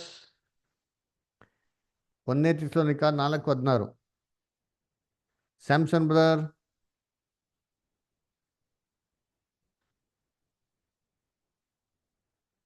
ಓದ್ತೀರಾ ಬೈಬಲ್ನ? 1 ಥೆಸಲೋನಿಕ 4:16. ಸೈಮನ್ ಬ್ರದರ್ ಓದ್ರಿ, ಬಿಂದು ಸಿಸ್ಟರ್ ಓದಿ. ಪ್ರಧಾನ ದೂತರ ಶಬ್ದದೊಡನೆಯೂ ದೇವರ ತುತ್ತೂರಿ ಧ್ವನಿಯೊಡನೆಯೂ ಆಕಾಶದಿಂದ ಇಳಿದು ಬರುವನು. ಆಗ ಕ್ರಿಸ್ತನಲ್ಲಿರುವವರು ಸತ್ತವರು ಮೊದಲು ಎದ್ದು ಬರುವರು. ನೋಡ್ರ, ಆಗ ಕ್ರಿಸ್ತನಲ್ಲಿರೋ ಸತ್ತವರು ಎದ್ದು ಬರೋದ್ರಿ. ಕರ್ತನು ತಾನೇ ಆಜ್ಞಾಘೋಷದೊಡನೆಯೂ ಪ್ರಧಾನ ದೂತನ ಶಬ್ದದೊಡನೆಯೂ ದೇವರ ತುತ್ತೂರಿ ಧ್ವನಿಯೊಡನೆಯೂ ಆಕಾಶದಿಂದ ಇಳಿದು ಬರುವನು. ಆಗ ಕ್ರಿಸ್ತನಲ್ಲಿ ಸತ್ತವರು ಮೊದಲು ಎದ್ದು ಬರ್ತಾರೆ. ಅಲ್ಲಿವರೆಗೂ ಯಾರು ಎದ್ದು ಬರಲಿ, ಕ್ರಿಸ್ತನ ಸತ್ತಿರೋರೇ ಫಸ್ಟ್ ಎದ್ದು ಬರೋದು. ಅದಕ್ಕಿಂತ ಮುಂಚೆ ಯಾರು ಎದ್ದು ಬರೋಕ್ಕೆ ಸಾಧ್ಯನೇ ಇಲ್ಲ. ಮತ್ತೆ ಹಂಗಾರೆ ಅದಕ್ಕಿಂತ ಮುಂಚೆ ಇದ್ದವ್ರು ಯಾರು ಪರಲೋಕಕ್ಕೆ ಹೋಗಿಲ್ವ ಅಂದ್ರೆ ಇಲ್ಲ ರೀ. ಆದ್ರೆ ಹಂಗ ನಿಮ್ಗೊಂದು ಪ್ರಶ್ನೆ ಬರ್ಬೋದು, ಬ್ರದರ್ ಹಂಗಾರೆ ಎಲಿಯ ಎಲ್ಲೋದ್ರು, ಏನಾಕಿ ಎಲ್ಲೋದ್ರು ಅಂತಂದ್ಬಿಟ್ಟು. ಅದರ ಅದಕ್ಕೆ ವಾಕ್ಯ ಓದೋಣ. 2ನೇ ಅರಸು 2:11 ಓದ್ರಿ. 2ನೇ ಅರಸು 2:11. ಸೋದರಿಗಳು ಎಲ್ಲರ ಹತ್ರ ಬೈಬಲ್ ಇದೆಯಾ? ದಯವಿಟ್ಟು ಎಲ್ಲರೂ ಏನು ಕ್ಲಾಸ್ ಕೇಳ್ಬೇಕಾರೆ ಮೊಬೈಲ್ ಆನ್ ಇಟ್ಬಿಟ್ಟು ಬೇರೆ ಕಡೆ ಎಲ್ಲೂ ಗಮನಗಳು ಹೋಗ್ಬಾರ್ದು. ದಯವಿಟ್ಟು ಇದು ಇಂಪಾರ್ಟೆಂಟ್ ಆಗಿದ್ದ ಕ್ಲಾಸು. ಬೈಬಲ್ನ ಕೇಳ್ಬೇಕಾರೆ, ಈ ಸ್ಟಡಿನ ಕೇಳ್ಬೇಕಾರೆ ನಿಮ್ಮ ಬೈಬಲ್ನ ಮುಂದೆ ತೆಗೆದುಕೊಳ್ಳಿ. ವಾಕ್ಯನ ಹೇಳಿದ ತಕ್ಷಣ ದಯವಿಟ್ಟು ಬೈಬಲ್ನ ತೆಗೆದು ನಿಮ್ಮ ಬೈಬಲ್ನಲ್ಲಿ ವಾಕ್ಯಗಳನ್ನ ನೋಡಿ, ಆಮೇಲೆ ಬೈಬಲ್ನ ಓದಿ. ಸುಮ್ಮನೆ ಮೊಬೈಲ್ ನಿಂಗೆ ಕೇಳ್ಬಿಟ್ಟು ಸುಮ್ಮನೆ ಇಟ್ಕೊಂಡ್ಬಿಟ್ರೆ ಪ್ರಯೋಜನ ಆಗಲ್ಲ. ಅಂದ್ರೆ ಅದಕ್ಕೆ ಇದು ಆಸಕ್ತಿಯಿಂದ ಕೇಳೋಂಥ ಒಂದು ಪಾಠಗಳು. ದಯವಿಟ್ಟು ಬೈಬಲ್ ತೆಗೀರಿ. ಎಲ್ಲರ ಹತ್ರ ಖಂಡಿತವಾಗೂ ಬೈಬಲ್ ಇರಬೇಕು. ಅದರ ಬೈಬಲ್ನ ಓದ್ರಿ. ಇವಾಗ ಓದಿ ಕೇಳಿ, ಶಿಷ್ಯ ಹೇಳೋದನ್ನ ಗಮನ ಇಟ್ಟು ಕೇಳಿ, ಬೈಬಲ್ ತೆಗೆದು ನೋಡಿ, ಓದಿ ಇಷ್ಟ. ಅವರು ಮಾತಾಡುತ್ತಾ ಮುಂದೆ ಹೋಗುತ್ತಿರುವಾಗ ಹಕ್ಕನೆ ಅಗ್ನಿಮಯವಾದ ರಥಸ್ವಗಳು ನಡುವೆ ಬಂದು ಅವರನ್ನು ವಿಂಗಡಿಸಿದವು. ಎಲಿಯನು ಸುಳಿಗಾಳಿಯ ಮುಖಾಂತರವಾಗಿ ಪರಲೋಕಕ್ಕೆ ಹೋದನು. ನೋಡ್ರ, ನೀನು ಸುಡುಗಾಳಿಯ ಮುಖಾಂತರ ಎಲ್ಗೋದಂತೆ ಪರಲೋಕಕ್ಕೆ ಹೋದನು ಅಂತ ಕೊಟ್ಟಿದೆ. ಅಂದ್ರೆ ಅದಕ್ಕೆ ಬ್ರದರ್ ಪರಲೋಕ ಅಂತ ಕೊಟ್ಟೈತಲ್ಲ ಬ್ರದರ್, ಹಾಗೆ ಎಲಿಯ ಪರಲೋಕಕ್ಕೆ ಹೋಯ್ತಲ್ಲ ಅಂತ ಕೊಟ್ಟಿತ್ತಲ್ಲ ಅಂತಂದ್ರೆ ಎಷ್ಟು ಜನ ಏನ್ ಮಾಡ್ಬಿಡ್ತಾರೆ, ಅಯ್ಯೋ ಪರಲೋಕಕ್ಕೆ ಹೋಗ್ಬಿಟ್ರು ಎಲಿಯಾ ಅಂತ ನಂಬಿಡ್ತಾರೆ ಅಲ್ವರ. ಆದ್ರೆ ಇಲ್ಲಿ ಎಲಿಯ ಪರಲೋಕಕ್ಕೆ ಹೋದ್ರು ಅಂತಂದ್ರೆ ಮತ್ತೆ ಯಾಕೆ ಯೇಸು ಕ್ರಿಸ್ತ ಹೇಳ್ಬೇಕಾಯ್ತು ಪರಲೋಕಕ್ಕೆ ಏರಿ ಬಂದವನು ಯಾರು ಇಲ್ಲ ಅಂತ? ಮನುಷ್ಯ ಕುಮಾರನೇ ಹೊರತು ಯಾರು ಪರಲೋಕಕ್ಕೆ ಏರಿ ಹೋಗಿಲ್ಲ ಅಂತ ಯಾಕೆ ಹೇಳ್ಬೇಕಾಗಿತ್ತು ಅಲ್ವರ? ಆಕ್ಚುಲಿ ಹೇಳ್ಬೇಕಾದ್ರೆ ಇಲ್ಲಿ ಎಲಿಯ ಪರಲೋಕಕ್ಕೆ ಏನಾಗಿಲ್ಲ, ಏರಿ ಹೋಗಿಲ್ಲ ರೀ. ಅದರ ಏನು ಮಾಡಿತ್ತು ಅಂತಂದ್ರೆ ದೇವರ ಪವಿತ್ರಾತ್ಮ ಅವ್ರನ್ನ ಒಂದು ಸ್ಥಳದಿಂದ ಇನ್ನೊಂದು ಸ್ಥಳಕ್ಕೆ ಏನ್ ಮಾಡಿದ್ರು, ಇಟ್ಟಿದ್ರು ಅಷ್ಟೇ ಹೊರತು ಪರಲೋಕಕ್ಕೆ ಏನಾಗಿಲ್ಲ, ಹೋಗಿಲ್ಲ. ನೋಡಿ ಅಲ್ಲೇ ಬೇಕಾದ್ರೆ ಓದನ. ಎಲ್ಲಿ ಅಂದ್ರೆ 2ನೇ ಅರಸು 2ನೇ ಅಧ್ಯಾಯ 16ನೇ ವಾಕ್ಯ ಓದಿ ಸಿಸ್ಟರ್. ಅದಲ್ಲೇ 2ನೇ ಅರಸು 2:16 ಓದಿ ಸಿಸ್ಟರ್. ನಿನ್ನ ಸೇವಕರಾದ ನಮ್ಮಲ್ಲಿ 50 ಮಂದಿ ಬಲಿಷ್ಠ ಜನರಿದ್ದಾರೆ. ನಿನ್ನ ಯಜಮಾನನನ್ನು ಹುಡುಕ ಹೋಗುವುದಕ್ಕೆ ಅವರಿಗೆ ಅಪ್ಪಣೆ ಆಗಲಿ. ಯೆಹೋವನ ಆತ್ಮವು ಅವನನ್ನು ಎತ್ತಿಕೊಂಡು ಹೋಗಿ ಒಂದು ಬೆಟ್ಟದ ಮೇಲಾಗಲಿ ಹಗ್ಗಿನಲ್ಲಿ ಆಗಲಿ ಇಟ್ಟಿರಬಹುದು. ನೋಡ್ರ, ಯೆಹೋವನ ಆತ್ಮ ಏಲಿಯನ್ನ ಏನ್ ಮಾಡಿರ್ಬೋದ್ರಿ, ಒಂದು ಬೆಟ್ಟದ ಮೇಲೆ ಆಗ್ಲಿ ಒಂದು ತಗ್ಗದ ಮೇಲೆ ಇಟ್ಟಿರ್ಬೋದು ಅಂತ ಏನ್ ಮಾಡ್ತಾರೆ ಹೇಳ್ತಾರೆ. ನೋಡಿದ್ದೀನಿ ಈ ತರ ಕೆಲಸ ಅವಾಗ ಏಲಿಯನ್ಗೆ ದೇವರ ಆತ್ಮ ಮಾಡ್ತಾ ಇದ್ರು. ಅದಕ್ಕೆ ಏನ್ರಿ ಎಲಿಯ ಬಂದ್ಬಿಟ್ಟು ಏನ್ರಿ ಪರಲೋಕ ಹೊಟ್ಟೋಗ್ಬಿಟ್ರ? ಇಲ್ಲ ರೀ. ಒಂದೋ ಏನ್ರಿ ಜಾಗದಿಂದ ಏನ್ರಿ ಇನ್ನೊಂದು ಜಾಗಕ್ಕೆ ಆ ಕಾಲದಲ್ಲಿ ಯೆಹೋವನ ಆತ್ಮ ಎಲಿಯನ್ ಏನ್ ಮಾಡ್ತಾ ಇದ್ದಾರೆ, ಬೇರೆ ಒಂದು ಸ್ಥಳಕ್ಕೆ ಸೇರ್ಸೈತೆ ಅಂತಾರೆ. ಈ ತರ ಎಷ್ಟೋ ಸತಿ ಏನ್ ಮಾಡ್ತಾ ಇತ್ತು, ಮಾಡ್ತಾ ಇತ್ರಿ. ಇಲ್ಲಿ ಕೂಡ ಹಂಗೆ ಆಗಿರೋದ್ರಿ. ಆಕಾಶಕ್ಕೆ ಏನ್ರಿ ಪರಲೋಕಕ್ಕೆ ಕೊಂಡೋಗಿಲ್ಲ ರೀ. ನೋಡಿ ಇನ್ನೊಂದ್ ಕಡೆ ವಾಕ್ಯ ಓದ ನೋಡಿತೀನಿ ಎಲ್ಲಪ್ಪ ಇದೆ ಅಂತಂದ್ರೆ 1ನೇ ಅರಸು ಸಿಸ್ಟರ್ 18ನೇ ಅಧ್ಯಾಯ 12ನೇ ವಾಕ್ಯ ಓದಿ. 1ನೇ ಅರಸು 18:12 ಓದಿ.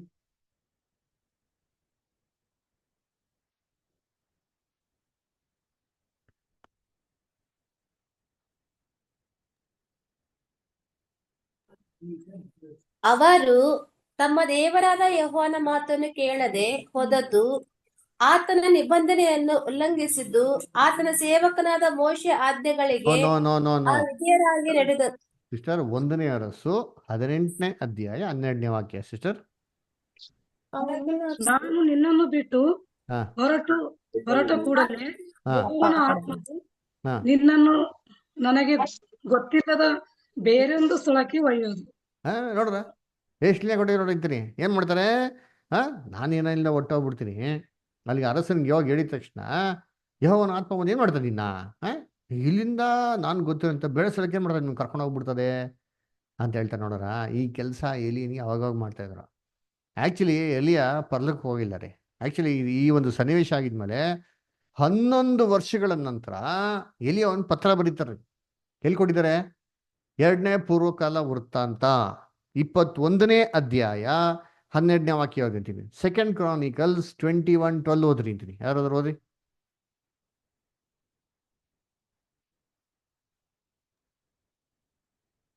ಹೀಗಿರಲು ಪ್ರವಾದಿಯಾದ ಎಲಿಯನು ಕಾಗದದ ಮೂಲಕವಾಗಿ ಅವನಿಗೆ, ನಿನ್ನ ಪೂರ್ವಿಕನಾದ ದಾವೀದನ ದೇವರಾಗಿರುವ ಯೆಹೋವನ ಮಾತನ್ನು ಕೇಳು.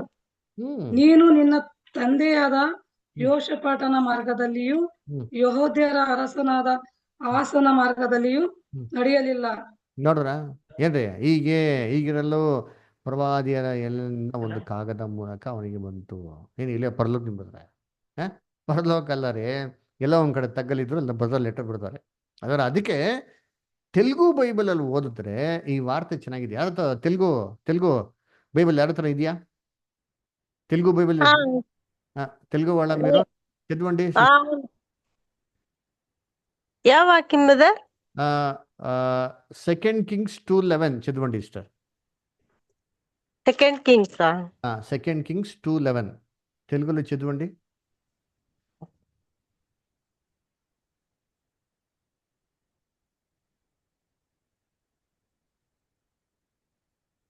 వారు ఇంకా వెళ్ళుచు మాట్లాడుచుండగా, ఇదిగో అగ్ని రథమును అగ్ని గుర్రములను కనబడి వీరిద్దరిని వేరు చేసెను. అప్పుడు ఎలియా సుడిగాలి చేత ఆకాశమునకు ఆరోహణమాయెను. చూసారా ఏం ఇచ్చారో? పరలోకము ఇచ్చారా? ಆಕಾಶಮು ಇಚ್ಚಾರ. చూసారా ನೋಡ್ರ ಎಷ್ಟು ಕ್ಲೀನ್ ಆಗೈತೆ ನೋಡ್ತೀನಿ. ಆಕಾಶ ಅಂತ ಕೊಟ್ಟರು ನೋಡ್ರಿ ತೆಲುಗಲ್ಲಿ. ಅದಕ್ಕೆ ಬೈಬಲ್ನ ಓದ್ಬೇಕಾರೆ ಸುಮ್ಮನೆ ಹಂಗೆ ಕಿವಿ ಇಟ್ಬಿಟ್ಟಿನಾಗ ಓದೋದಲ್ಲ, ಗಮನ ಇಟ್ಟು ಓದ್ಬೇಕ್ರಿ. ಎಲ್ಲವಾರ ಬೈಬಲ್ ಎತ್ಕೊಂಡು ಕೂತ್ಕೊಂಡು ಕಂಪೇರ್ ಮಾಡಿ ಓದಿದ್ರೆ ಗೊತ್ತಾಗ್ತಾ ನೋಡ್ತೀರಿ. ಆಕಾಶಕ್ಕೆ ಹೋಗಿದ್ರಿ ಪರ್ಲಕ್ಕೆ ಹೋಗ್ಬಿಟ್ರೆ ಈ ಪರ್ಲಕ್ಕೆ ಹೋಗಿರ್ಬೇಕಾದ್ರೆ ಯಾಕೆ ಹೆಸರು ಸುಳ್ಳು ಹೇಳ್ಬೇಕಂತಂದ್ರೆ ಪರ್ಲೋಕಕ್ಕೆ ಯಾರು ಬಂದಿಲ್ಲ ಅಂತ ಅಲ್ವರ. ಹಾಗಾದ್ರೆ ಯೇಸು ಕ್ರಿಸ್ತ ಅದಕ್ಕೆ ಸತ್ಯ ಹೇಳೋದು, ಪರಲೋಕಕ್ಕೆ ಯಾರು ಬಂದಿಲ್ಲ. ಹಾಗಾದ್ರೆ ಹಳೆ ಕಾಲದಲ್ಲಿ ಅಷ್ಟೊಂದು ಜನ ದೇವ್ರಿಗೆ ನಂಬಿಕಸ್ಥರಾಗಿದ್ರಲ್ಲ, ಎಲಿಯಾ, ಮೋಸೆಸು, ಅಬ್ರಾಹಮು, ದಾವೀದು, ಇವ್ರಿಗೆಲ್ಲ ಏನಪ್ಪ ಪುರಸ್ಕಾರ ಹಂಗಾದ್ರೆ ಅಂತ ನೋಡ್ಬೇಕಾರೆ ಅವ್ರಿಗೆಲ್ಲ ಭೂಲೋಕದ ರಕ್ಷಣೆ, ಭೂಲೋಕದಲ್ಲೇ ಶ್ರೇಷ್ಠವಾದ ಪುನರುತ್ಥಾನ ಮುಖಾಂತರ ದೇವರಿಗೆ ಆಶೀರ್ವಾದ ಮಾಡ್ತಾರೆ. ಎಲ್ಲಿದೆ ವಾಕ್ಯ?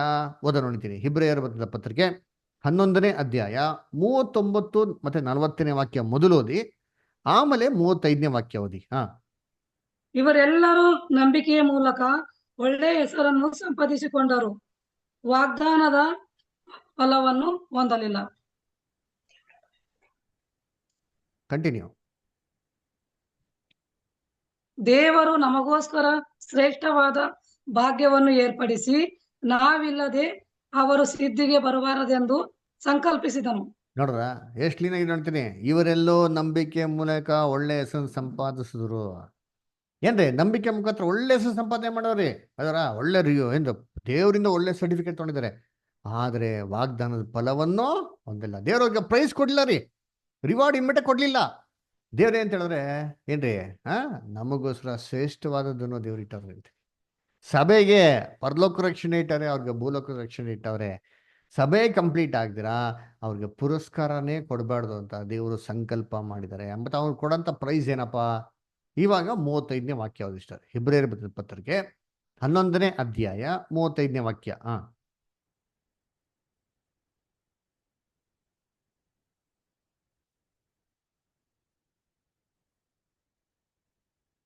ಹಿಬ್ರಿಯರು 11:35 ಓದ್ರಿ. ಹಿರಿಯರು ಸತ್ತು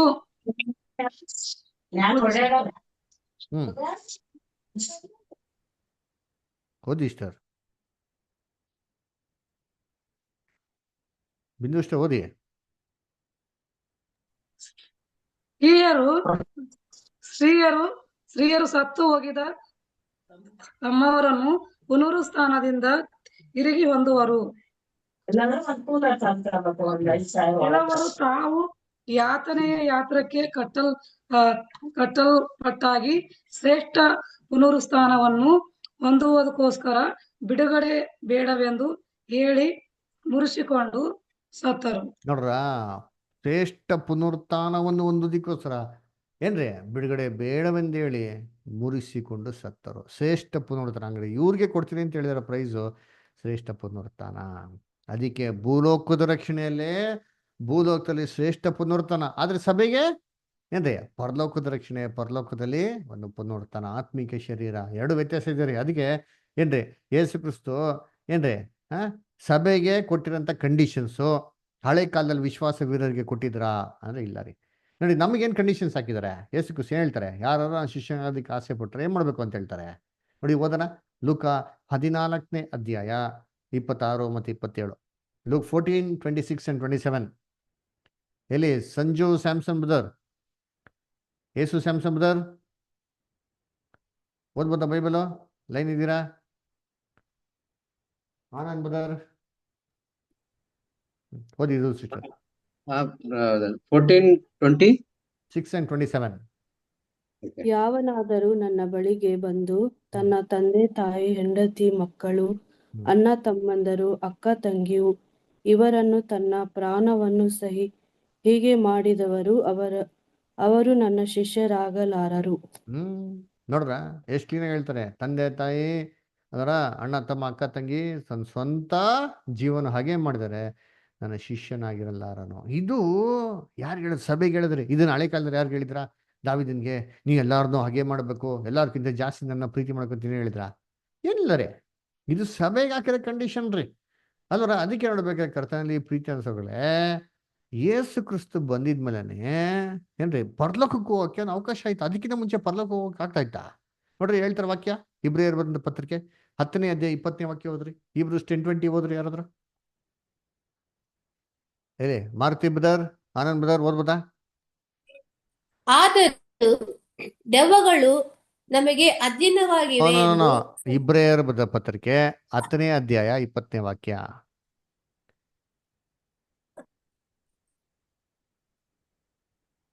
ಹೀಗಿರುವಲ್ಲಿ ಸಹೋದರರೇ, ಯೇಸು ನಮಗೋಸ್ಕರ ಪ್ರತಿಷ್ಠಿಸಿದ ಜೀವವುಳ್ಳ ಹೊಸ ದಾರಿಯಲ್ಲಿ ಆತನ ರಕ್ತದ ಮೂಲಕ ಆತನ ಶರೀರವೆಂಬ ತೆರೆಯ ಮುಖಾಂತರ ದೇವರ ಸಮಕ್ಷಮದಲ್ಲಿ ಪ್ರವೇಶಿಸುವುದಕ್ಕೆ ನಮಗೆ ಧೈರ್ಯ ಉಂಟಾಯಿತು. ನೋಡ್ರ, ಈಗಿರುವಲ್ಲಿ ಸಹೋದರರೇ, ಯೇಸು ನಮಗೋಸ್ಕರ ಪ್ರತಿಷ್ಠಿಸಿರುವಂತ ಜೀವವುಳ್ಳ ಹೊಸ ದಾರಿ ರೀ.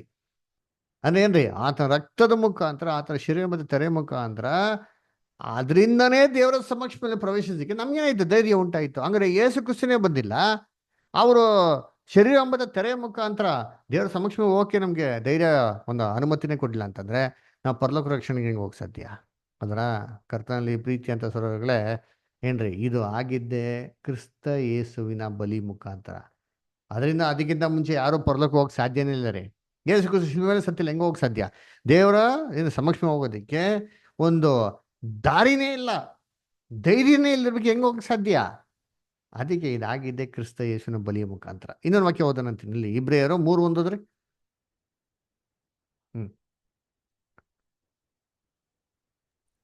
ಆದದರಿಂದ ದೇವಜನರಾದ ಸಹೋದರರೇ, ಪರಲೋಕ ಸ್ವಾಸ್ಥ್ಯಕ್ಕಾಗಿ ನನ್ನೊಂದಿಗೆ ಕರೆಯಲ್ಪಟ್ಟವರೇ, ನಾವು ಪ್ರತಿಜ್ಞೆ ಮಾಡಿ ಒಪ್ಪಿಕೊಂಡಿರುವ ದೇವರ ಪ್ರೇಷಿತನು ಮಹಾಯಾಜಕನು ಆಗಿರುವ ಯೇಸುವನ್ನು ಲಕ್ಷ್ಯವಿಟ್ಟು ಯೋಚಿಸಿರಿ. ನೋಡ್ರ, ಏನ್ರಿ ಯಾರನ್ನ ಲಕ್ಷ್ಯ ಇಟ್ಟು ನೋಡಿಸ್ಬೇಕಂತೆ? ಯೇಸುವನ್ನು. ನೋಡ್ರ ಏನ್ರಿ ಸಹೋದರರೇ, ಪರಲೋಕಕ್ಕೆ ಸ್ವಾಸ್ಥ್ಯವಾಗಿರೋಕೆ ಕರೆಯಲ್ಪಟ್ಟವರು, ಇದು ಕ್ರಿಸ್ತ ಯೇಸುವಿನ ನಂತರನೇ ಆ ಕರೆ ಎಂದ್ರೆ ಆಗಿದ್ರೆ. ಅದಕ್ಕಿಂತ ಮುಂಚೆ ದೇವ್ರು ಯಾರನ್ನೂ ಪರಲೋಕ ರಕ್ಷಣೆ ಕರೆದೇ ಇಲ್ಲ ರೀ. ಅದರ ಹಂಗಂದ್ರೆ ಕರ್ತನಲ್ಲಿ ಪ್ರೀತಿಗಳೇ, ಈ ಒಂದು ಕರೆ ಒಂದು ಪರಲೋಕ ರಕ್ಷಣೆಗೆ, ಇನ್ನೊಂದು ಭೂಲೋಕ ರಕ್ಷಣೆಗೆ ಏನಕ್ಕೆ ಕರೀತಾ ಇರೋದು ಅಂದ್ರೆ ಕ್ರಿಸ್ತನೊಂದಿಗೆ 1000 ವರ್ಷ ಆಳ್ವಿಕೆ ಮಾಡೋದಕ್ಕೆ. ನಾವು 2ನೇ ಕ್ಲಾಸ್ ನೋಡ್ಬೇಕು ನೋಡಿದ್ರಿ, ಯೇಸು ಕ್ರಿಸ್ತು ಭೂಲೋಕಕ್ಕೆ 2ನೇ ಬರಿಕೆಯಲ್ಲಿ ಬರ್ಬೇಕಾದ್ರೆ ಈ ಭೂಲೋಕದಲ್ಲಿ 1000 ವರ್ಷ ಆಳ್ವಿಕೆ ಮಾಡ್ತಾ ಅಂತ ನೋಡಿದ್ರಿ. ಅವರ ಈ ಭೂಲೋಕದಲ್ಲಿ 1000 ವರ್ಷ ಆಳ್ವಿಕೆ ಮಾಡ್ಬೇಕಾದ್ರೆ ಏನ್ರಿ ಅವ್ರ ಜೊತೆಗೆ ಏನ್ ಬೇಕು? ಅಡ್ಮಿನಿಸ್ಟ್ರೇಟರ್ಸ್ ಬೇಕು, ಕ್ಯಾಬಿನೆಟ್ ಮಿನಿಸ್ಟರ್ಸ್ಗಳು ಬೇಕು. ಆ ಕ್ಯಾಬಿನೆಟ್ ಮಿನಿಸ್ಟರ್ಸ್ ಸೆಲೆಕ್ಷನ್ನೇ ದೇವ್ರಿಗೆ ಗೊತ್ತೇನು ಮಾಡ್ತಾರೆ. ಅವ್ರ ಸಂಗಡ ಪರಲೋಕದಲ್ಲಿ ಆಳ್ವಿಕೆ ಮಾಡೋದಕ್ಕೆ ಸಭೆಯ ಒಂದು ಗುಂಪನ್ನೇ ಮಾಡ್ತಾವ್ರೆ, ಸೆಲೆಕ್ಟ್ ಮಾಡ್ತಾ ಇದ್ದಾರೆ. ಆಮೇಲೆ ಭೂಲೋಕದಲ್ಲಿ ಆಡಳಿತ ಮಾಡೋದಕ್ಕೆ ಒಂದು ಗುಂಪನ್ನೇ ಮಾಡ್ತಾರೆ, ಸೆಲೆಕ್ಷನ್ ಮಾಡ್ತಾರೆ. ಅವ್ರು ಯಾರಪ್ಪ ಅಂದರೆ ಪಿತೃಗಳು. ಅದಕ್ಕೆ ವಾಕ್ಯ ಓದೋ ನೋಡ್ತೀನಿ. ಪ್ರಕಟಣೆ 20ನೇ ಅಧ್ಯಾಯ ವಾಕ್ಯ 4 ಓದ್ರಿ. ಏನಂತೆ 4 ಮತ್ತೆ 6 ಓದ್ರಿ. 6 ಓದ್ಬಿಡಿ ಸಾಕು. ಪ್ರಕಟಣೆ 20ನೇ ಅಧ್ಯಾಯ 6ನೇ ವಾಕ್ಯ ಓದ್ರಿ ಸಾಕು. ರೆವಲ್ಯೂಷನ್ 20:6. ಪ್ರಥಮ ಪುನರುತ್ಥಾನದಲ್ಲಿ ಸೇರಿರುವವನು ಧನ್ಯನು, ಪರಿಶುದ್ಧನೂ ಆಗಿದ್ದಾನೆ. ಇಂಥವರ ಮೇಲೆ 2ನೇ ಮರಣಕ್ಕೆ ಅಧಿಕಾರವಿಲ್ಲ.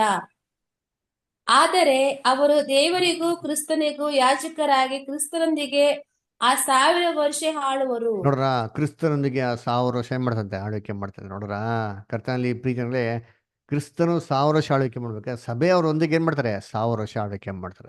ಅದಕ್ಕೆ ಈ ಒಂದು ಸಭೆಯ ಸೆಲೆಕ್ಷನ್ ಏನ್ ಮಾಡ್ತಾರೆ ಇವತ್ತು ಮಾಡ್ತಾರೆ, ಕ್ರಿಸ್ತನೊಂದಿಗೆ ಆಳ್ವಿಕೆ ಮಾಡೋದಕ್ಕೆ. ಸರಿಯಪ್ಪ, ಕ್ರಿಸ್ತನೊಂದಿಗೆ ಸಭೆ ಆಕಾಶದಿಂದ ಆಡಳಿತ ಮಾಡೋಕ್ಕೆ ಇವರು ಸೆಲೆಕ್ಷನ್ ಆಗ್ತಾ ಇದ್ದಾರೆ ಅಂತಂದ್ರೆ ಭೂಲೋಕದಲ್ಲಿ ಯಾರು ಇರ್ತಾರೆ? ಅವಾಗ ಯಾರೋ ಇರ್ಬೇಕಲ್ವಾ? ಅವ್ರು ಯಾರಪ್ಪ ಅಂತಂದ್ರೆ ಅವರೇ ಹಳೆ ಕಾಲದ ಪಿತೃಗಳು. ಶ್ರೇಷ್ಠ ಪುನರುತ್ಥಾನದಲ್ಲಿ ಎದ್ಬರುವಂತ, ಭೂಲೋಕ ರಕ್ಷಣೆಗೆ ಎದ್ಬರುವಂತ ಪಿತೃಗಳು. ಇವರು ಇಬ್ರು ಮುಖಾಂತರನೇ ಭೂಲೋಕದಲ್ಲಿ ಕ್ರಿಸ್ತನ ರಾಜ್ಯವನ್ನು ಸ್ಥಾಪನೆ ಮಾಡೋದು. ಹೇಗೆ? ಇವಾಗ ಹೆಂಗೆ ಸೈತಾನ್ ಹೆಂಗೆ ಆಳ್ವಿಕೆ ಮಾಡ್ತಾನೆ? ಆಕಾಶ ಮಂಡಲದಲ್ಲಿ ಕಣ್ಣಿಗೆ ಕಾಣದಿರಂತ ರೀತಿಯಲ್ಲಿ ಆಡಳಿತ ಮಾಡ್ತಾ ಇದ್ದಾನೆ. ಯಾರ ಮುಖಾಂತರ? ಭೂಲೋಕದಲ್ಲಿರಂತ ಏನ್ರಿ ಎಲ್ಲ ಒಂದು ಮಂತ್ರಿಗಳು, ಅಧಿಕಾರಿಗಳ ಮುಖಾಂತರ ಏನ್ ಮಾಡ್ತಾನೆ? ಆಡಳಿತ ಮಾಡ್ತಾನೆ. ಅವನೊಂದು ಸೆಟಪ್ ನೋಡಿರ್ತೀನಿ. ಇದೇ ಅವನದು ಆಕಾಶ, ಇದೇ ಅವನದು ಏನ್ರಿ ಭೂಮಿ. ಈ ಭೂಮಿಲಿ ಯಾರಿದ್ದಾರೆ? ಅವನಿಗೆ ವ್ಯವಸ್ಥೆ ಮಾಡ್ಕೊಡಂತ ಎಲ್ಲ ಒಂದು ದುಷ್ಟ ಏನ್ರಿ ರಾಜಕಾರಣಿಗಳು. ಆಕಾಶದಲ್ಲಿ ಯಾರಿದ್ದಾರಪ್ಪ? ಅವನು ಮತ್ತೆ ಬಿದ್ದು ಏನ್ ಮಾಡ್ತಿರ್ತಾರೆ? ಆಳ್ವಿಕೆ ಮಾಡ್ತಾ ಇದ್ದಾರೆ. ಅದಕ್ಕೆ ಬೈಬಲ್ ಹೆಂಗ್ ಗೊತ್ತಾ ಹೇಳ್ತಾರೆ ಇವನ್ಗೆ? ಆಕಾಶದಲ್ಲಿ ಅಂದ್ರೆ ವಾಯುಮಂಡಲ ಅಧಿಕಾರಿಸಿದ ಅಧಿಪತಿ ಅಂತ ಹೇಳ್ತಾರೆ. ನೋಡಿಬೇಕಾರೆ ವಾಕ್ಯ ಓದೋಣ. ಎಲ್ಲಿ? ಎಫೆಸ ಪತ್ರಿಕೆ 2:2 ಓದ್ರಿ ಬಿಂದು ಸಿಸ್ಟರ್. ಅಪರಾಧಗಳನ್ನು ಪಾಪಗಳನ್ನು ಮಾಡುವವರಾಗಿದ್ದು ಇಹಲೋಕಾಚಾರಕ್ಕೆ ಅನುಸಾರವಾಗಿ ನಡೆದುಕೊಂಡಿರಿ. ವಾಯುಮಂಡಲದಲ್ಲಿ ಅಧಿಕಾರ ನಡೆಸುವ ಅಧಿಪತಿಗೆ, ಅಂದರೆ ನಂಬಲೊಲ್ಲದವರನ್ನು ಆ ವಿಧೇಯತೆಗೆ ಈಗ ಪ್ರೇರೇಪಿಸುವ ಆತ್ಮನಿಗೆ ಅನುಸಾರವಾಗಿ ನಡೆದುಕೊಂಡಿರಿ. ನೋಡ್ರ, ಎಷ್ಟು ಕ್ಲೀನ್ ಹೇಳ್ತಾರೆ ಅಂತೀನಿ. ವಾಯುಮಂಡಲ ಅಧಿಕಾರ ನಡೆಸುವಂತ ಅಧಿಪತಿ, ಅದೇ ವಾಯುಮಂಡಲ ಆಕಾಶ ರೀ. ಅದೇ ಆಕಾಶನ ಏನ್ರಿ ಇವಾಗ ನಾಶ ಮಾಡಕ್ ಇಟ್ಟಿರೋದ್ರಿ. ಅದರ ಈ ವಾಯುಮಂಡಲ ಅಧಿಕಾರ ಏನ್ ಮಾಡ್ತಾವ? ನಡೆಸ್ತವ್ರೆ. ಅಲ್ಲರ ಯಾರ ಮುಖಾಂತರ? ಅವನು ಇದನ್ನ ಬಿದ್ದೋಗಿ ದೂತಗಳು ಭೂಲೋಕದಲ್ಲಿ ಅಂತಾರೆ. ಅಲ್ಲರ ಈ ತರ ಸೆಟಪ್ 2ನೇ ಲೋಕದಲ್ಲಿ ಇದೆ. ಅರ್ಥ ಮಾಡ್ಕೊಳ್ಳಿ. 1ನೇ ಲೋಕದಲ್ಲಿ ಇದೇ ತರ ಒಂದು ಸೆಟಪ್ ಬೇರೆ ರೀತಿಯಲ್ಲಿ ಇತ್ತು. ಸೇತಾನೋ ಬಿದ್ದೋಗಿರೋ ದೂತರುಗಳು ಮತ್ತೆ ಭೂಲೋಕದ ರಾಕ್ಷಸಗಳ ಮುಖಾಂತರ ಆಳ್ವಿಕೆ ಮಾಡಿದ್ರು. ಇದೇ ತರ ಸೇತಾನ್ ಇವಾಗ ವಾಯುಮಂಡಲನ ಭೂಲೋಕದಲ್ಲಿ ದುಷ್ಟ ಮನುಷ್ಯಗಳ ಮುಖಾಂತರ ಆಳ್ವಿಕೆ ಮಾಡ್ತಾನೆ. ಈ ಸೆಟಪ್ನ ನಾಶ ಮಾಡಿ ಕ್ರಿಸ್ತನ ಒಂದು ಸೆಟಪ್ ತರ್ತಾರೆ. ಆ ಸೆಟಪ್ ಅಲ್ಲಿ, ಆ ಗೌರ್ಮೆಂಟ್ ಅಲ್ಲಿ ಯೇಸು ಕ್ರಿಸ್ತನ ಸಭೆ ಆಕಾಶದಿಂದ ಕಣ್ಣು ಕಾಣದಂತೆ ಆಳ್ವಿಕೆ ಮಾಡ್ತಾರೆ. ಭೂಲೋಕದಲ್ಲಿ ಯಾರಪ್ಪ ಇರ್ತಾರೆ? ಭೂಲೋಕದ ನಂಬಿಕಸ್ಥರಂತ ವೀರಗಳಿರ್ತಾರೆ. ಅಬ್ರಾಹ್ಮ, ಇಸಾಕ್, ಯಾಕೋಬ ಎಲ್ಲ ಭೂಲೋಕದಲ್ಲೇ ಇರ್ತಾರೆ. ವಾಕ್ಯ ಇದೆಯಾ? ಎಸ್. ಕೀರ್ತನೆ 45:16 ಓದ್ರಿ.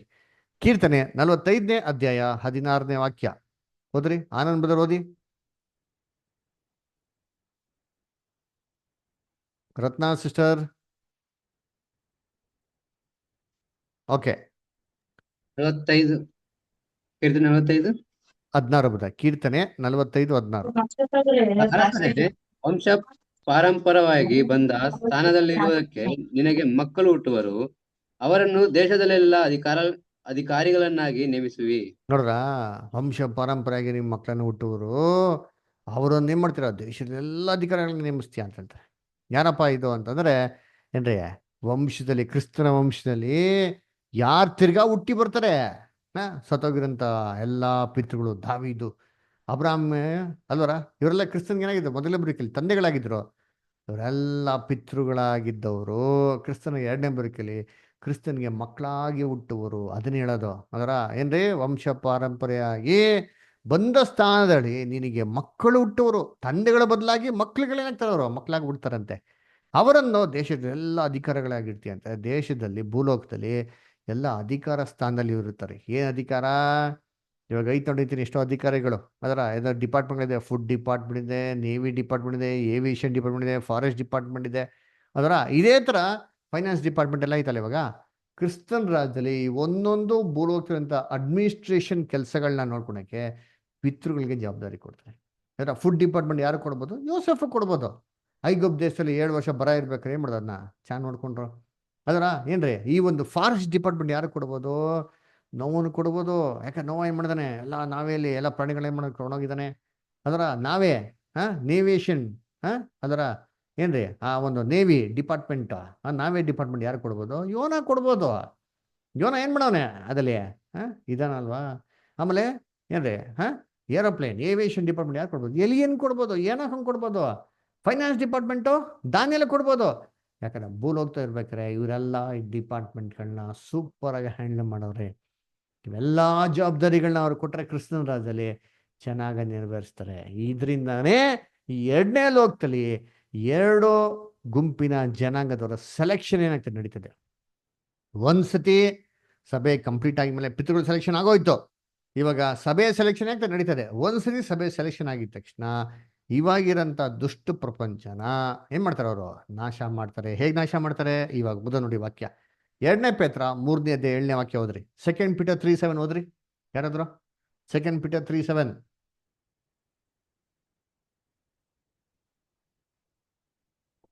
2ನೇ ಪೇತ್ರ 3ನೇ ಅಧ್ಯಾಯ 7ನೇ ವಾಕ್ಯ.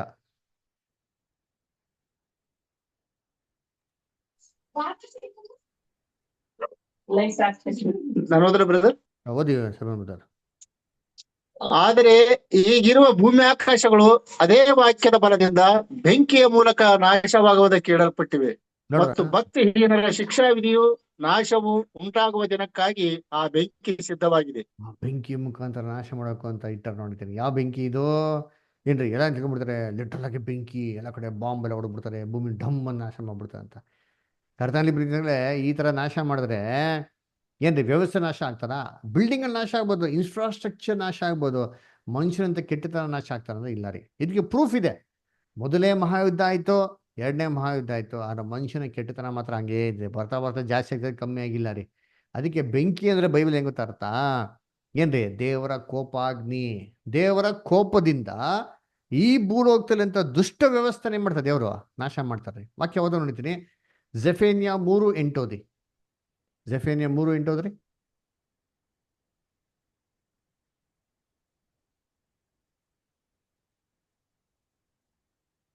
ಯೆಹೋವನು ಇಂತೆನ್ನುತ್ತಾನೆ, ಈಗಿರಲು ನನ್ನನ್ನು ಕಾದುಕೊಂಡಿರ್ರಿ. ನಾನು ಬೇಟೆ ಹಿಡಿಯಲಿಕ್ಕೆ ಏಳುವ ದಿನವನ್ನು ಎದುರು ನೋಡಿರಿ. ಜನಾಂಗ ರಾಜ್ಯಗಳ ಮೇಲೆ ನನ್ನ ರೌದ್ರವನ್ನು, ಹೌದು ನನ್ನ ಉಗ್ರ ಕೋಪವನ್ನೆಲ್ಲ ಒಯ್ದು ಬಿಡುವುದಕ್ಕಾಗಿ ಆ ಜನಾಂಗಗಳನ್ನು ಸೇರಿಸಿ ಆ ರಾಜ್ಯಗಳನ್ನು ಕೂಡಿಸಬೇಕೆಂದು ತೀರ್ಮಾನಿಸಿಕೊಂಡಿದ್ದೇನೆ. ನೋಡ್ರ, ಲೋಕವೆಲ್ಲ ನನ್ನ ರೋಷಾಗ್ನಿಗೆ ತುತ್ತಾಗುವುದಷ್ಟೇ. Very good. ರೋಷಾಗ್ನಿ, ಬೆಂಕಿ, ಅಗ್ನಿ ಅಂತಂದ್ರೆ ದೇವರ ರೋಷಕ್ಕೆ, ದೇವರ ಕೋಪಕ್ಕೆ ಮಾಡೋದು ಹೇಳೋದು. ಈ ಕೋಪದಲ್ಲೇ ಇವಾಗಿರೋಂಥ ದುಷ್ಟ ಪ್ರಪಂಚ ನಾಶ ಮಾಡ್ತಾರೆ. ಎಲ್ಲಿ? 2ನೇ ಪೇತ್ರ 3:10 ಓದ್ರಿ. ಅಲ್ಲಿ ಕೊಟ್ಟ ನೋಡಿಂತೀನಿ, ಓದನ. 2ನೇ ಪೇತ್ರ 3:10.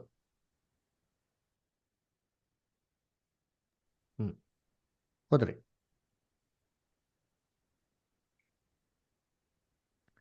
Second Peter 3:10. ಆದರೂ ಕರ್ತನ ದಿನವು ಕಳ್ಳನು ಬರುವಂತೆ ಬರುತ್ತದೆ. ಆ ದಿನದಲ್ಲಿ ಆಕಾಶ ಮಂಡಲವು ಮಹಾಘೋಷದಿಂದ ಇಲ್ಲದೆ ಹೋಗುವುದು. ಆಕಾಶ ಮಂಡಲವು ಮಹಾಘೋಷದ ಇಲ್ಲದೆ ಹೋಗುವುದು. ಆಮೇಲೆ ಸೂರ್ಯ ಚಂದ್ರ ನಕ್ಷತ್ರಗಳು ಉರಿದು ಲಯವಾಗಿ ಹೋಗುವುದು. ಭೂಮಿಯು ಅದರಲ್ಲಿರುವ ಕೆಲಸಗಳು ಸುಟ್ಟು ಹೋಗುವವು. ಭೂಮಿ ಸುಟ್ಟೋಗ್ತದ? ಭೂಮಿ ಅದರಲ್ಲಿರಂತ ಕೆಲಸಗಳು ಸುಟ್ಟೋಗ್ತದ್ರಿ. ಭೂಮಿ ಅಲ್ಲರಿ ಅದಂತ ದುಷ್ಟ ಕೆಲಸಗಳು. ಇದನ್ನೇ ದೇವರ ತನ್ನ ರೋಷಾಗ್ನಿಯಿಂದ ಈ ಆಕಾಶದಲ್ಲಿ ಸೇತನ ದುಷ್ಟ ವ್ಯವಸ್ಥೆ, ಭೂಲೋಕದಲ್ಲಿರೋಂಥ ಕೆಟ್ಟ ಕೆಲಸಗಳನ್ನ ನಾಶ ಮಾಡ್ತಾರ್ರಿ. ಅಲ್ವರ ಈ ಭೂಮಿ ಯಾವತ್ತೂ ಹಿಂಗೆ ಇರ್ತದ್ರಿ. ಈ ಭೂಮಿನ ಯಾವತ್ತೂ ಹಿಂಗೆ ನಾಶ ಮಾಡೋಕ್ಕೆ ಸಾಧ್ಯ ಇಲ್ಲ.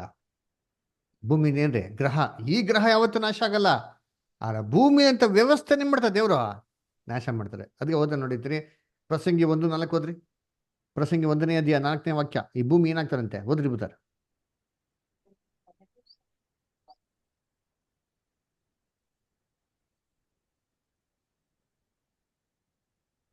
ಒಂದು ಬೈಬಲ್ ತಲಾಂತರವು ಗತಿಸುವುದು, ಇನ್ನೊಂದು ತಲಾಂತರವು ಬರುವುದು. ಭೂಮಿ ಆದರೂ ಶಾಶ್ವತವಾಗಿ ನಿಲ್ಲುವುದು. ನೋಡ್ರ ಎಷ್ಟನೇ ಕೊಡ ಅಂತಾರೆ? ಒಂದು ತಲಾಂತರವು ಗತಿಸುವುದು, ಇನ್ನೊಂದು ತಲಾಂತರ ಬರುವುದು. ಭೂಮಿ ಅದಕ್ಕಿಂತ ಶಾಶ್ವತವಾಗಿರ್ತಾರೆ ನೋಡ್ರಿ. ಭೂಮಿನ ಯಾರು ಎಂದು ನಾಶ ಮಾಡಕ್ ಸಾಧ್ಯ ಇಲ್ಲ. ಭೂಮಿ ಶಾಶ್ವತವಾಗಿರ್ತದ್ರಿ. ಕರ್ತನಲ್ಲಿ ಪ್ರೀತಿ ಅಂತ ಎಷ್ಟಲಿನ ಹೇಳ್ತಾರೆ. ಈ ಗ್ರಹ ಯಾವತ್ತೂ ದೇವ್ರ ನಾಶ ಮಾಡಲ್ಲ. ಈ ಗ್ರಹ ಹಿಂಗಿರ್ತಾರೆ, ವ್ಯವಸ್ಥೆಗಳು ಚೆನ್ನಾಗ್ತಾರೆ. ಅದೇ ನೋಡಿ, ಮೊದಲನೇ ಲೋಕದಲ್ಲಿ ಈ ಗ್ರಹ ಹಿಂಗೆ ಇತ್ತು, ವ್ಯವಸ್ಥೆ ನಾಶ ಮಾಡೋದು ಜಲಪಳಯದಲ್ಲಿ. 2ನೇ ಲೋಕ ಪ್ರಾರಂಭ ಆಯ್ತು, ಹೊಸ ವ್ಯವಸ್ಥೆ ಬಂತು. ಆದರೆ ಆ ವ್ಯವಸ್ಥೆ ಕೂಡ ದೇವ್ರ ನಾಶ ಮಾಡ್ತಾರೆ, ಈ ಗ್ರಹ ಮಾತ್ರ ನಾಶ ಮಾಡಕ್ ಹೋಗಲ್ಲ. ಅರ್ಥ ಇದ್ರ ಕ್ಲೀನಾಗೆ ಅರ್ಥ ಮಾಡ್ಕೊಳ್ರಿ. ಈ ಭೂಮಿ ಹಿಂಗೆ ಇರ್ತದ್ರಿ, ಭೂಮಿನ ಯಾವತ್ತಿಗೂ ನಾಶ ಮಾಡಲ್ಲ. ಈ ಭೂಮಿನ ಸೃಷ್ಟಿ ಮಾಡೋದೇ ಮನುಷ್ಯನಿಗೋಸ್ಕರ. ಯೆಶಾಯ 45:18 ಬದಾರ, ಹೋದ್ರಿ.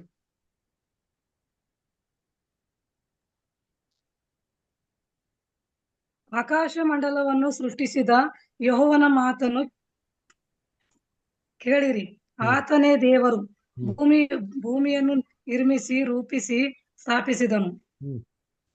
ಅದನ್ನು ಶೂನ್ಯ ಸ್ಥಾನವಾಗಿರುವಲೆಂದು ಸೃಷ್ಟಿಸದೆ ಜನ ನಿವಾಸಕ್ಕಾಗಿಯೇ ರೂಪಿಸಿದನು. ನೋಡ್ರ, ಶೂನ್ಯ ಸ್ಥಾನವಾಗಿ ಇರೋದಕ್ಕೆ ಸೃಷ್ಟಿಸದೇ ಜನ ನಿವಾಸಕ್ಕಾಗಿಯೇ ಸೃಷ್ಟಿ ಮಾಡ್ತಾರೆ. ಭೂಮಿನ ನಾಶ ಮಾಡ್ತಾರೆ, ಮನುಷ್ಯರು ಹೋಗ್ತಾರೆ.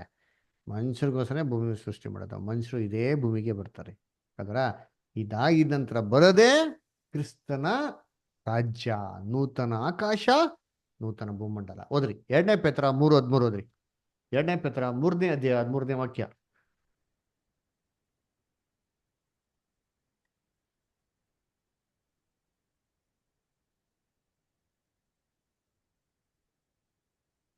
ಸೆಕೆಂಡ್ ಪೀಟರ್ ಆದರೆ ನಾವು ದೇವರ ವಾಗ್ದಾನವನ್ನು ನಂಬಿ ನೂತನ ಆಕಾಶ ಮಂಡಲವನ್ನು, ನೂತನ ಭೂಮಂಡಲವನ್ನು ಎದುರು ನೋಡುತ್ತಾ ಇದ್ದೇವೆ.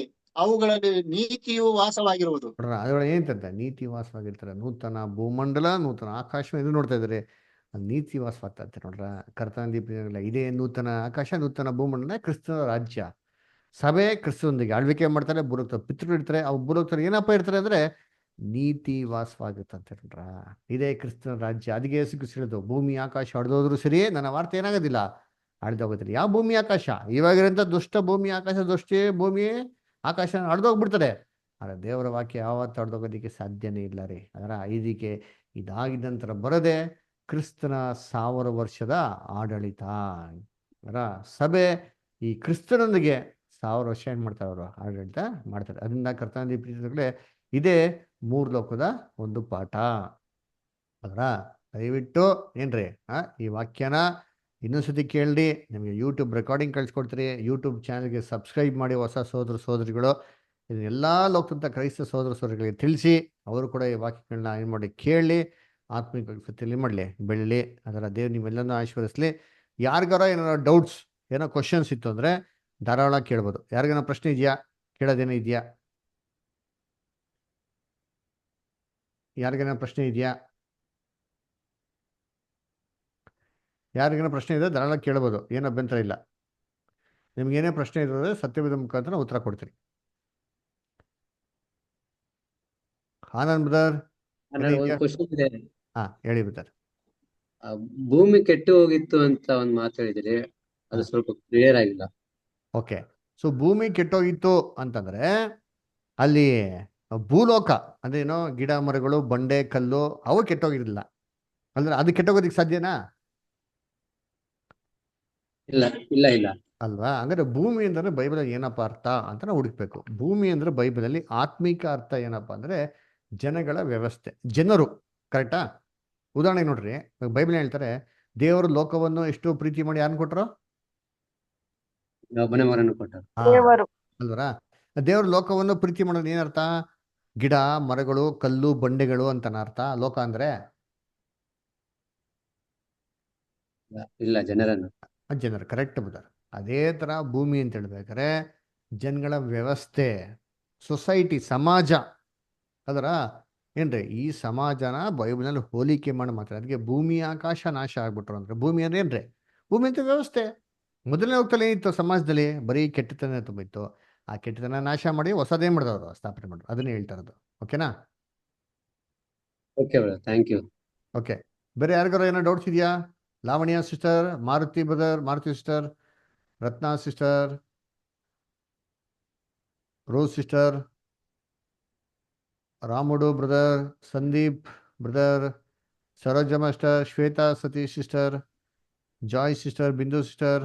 ಅಂಕಲ್ ಹಾ, ಏನಪ್ಪ ಕೊನೆಗೆ ಬೆಂಕಿಯಿಂದ ನಾಶ ಆಗುತ್ತೆ ಅಂದ್ರೆ ವ್ಯವಸ್ಥೆ ಮಾತ್ರ ಭೂಮಿ ನಾಶ ಆಗಲ್ಲ ಅಂತಾನಾ?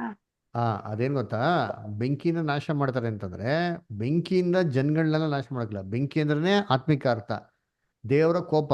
ಅಂದ್ರೆ ಬರುವಂತ ದೇವರ ಕೋಪದಲ್ಲಿ ಅಂದ್ರೆ ಭಯಂಕರ ಕಷ್ಟ ಸಂಕಟಗಳಲ್ಲಿ ಈ ಭೂಲೋಕದಲ್ಲಿ ಕೆಟ್ಟತನ ನಾಶ ಮಾಡ್ತಾರೆ. ಓಕೆನಾ? ಹಾ. ಹ್ಮ್. ಓಕೆ. ಓಕೆ. ಉದಾಹರಣೆಗೆ ಕೋವಿಡ್ ಎಷ್ಟು ಕೆಟ್ಟದಾಗಿತ್ತು ನೋಡಿರ್ತೀನಿ. ಎಲ್ಲ ಲಾಕ್ಡೌನ್ ಇದ್ರು, ಆದ್ರೆ ಎಷ್ಟೋ ಜನಗಳಿಗೆ ಕೆಟ್ಟ ಬುದ್ಧಿಗಳು ಹೋಯ್ತು. ಎಷ್ಟೋ ಜನಗಳು ಒಳ್ಳೆಯವರಾಗಿ ಏನಾದ್ರು ಮಾರ್ಪಾಡಾದ್ರು. ಆ ಥರ ಒಂದು ಎಕ್ಸಾಂಪಲ್ ಹೇಳೋದು. ಅದು ಜಸ್ಟ್ ಒಂದು 10%. ಈ ಥರ 100% ಅದಾಗಿರ್ಬೇಕು. ಓಕೆನಾ?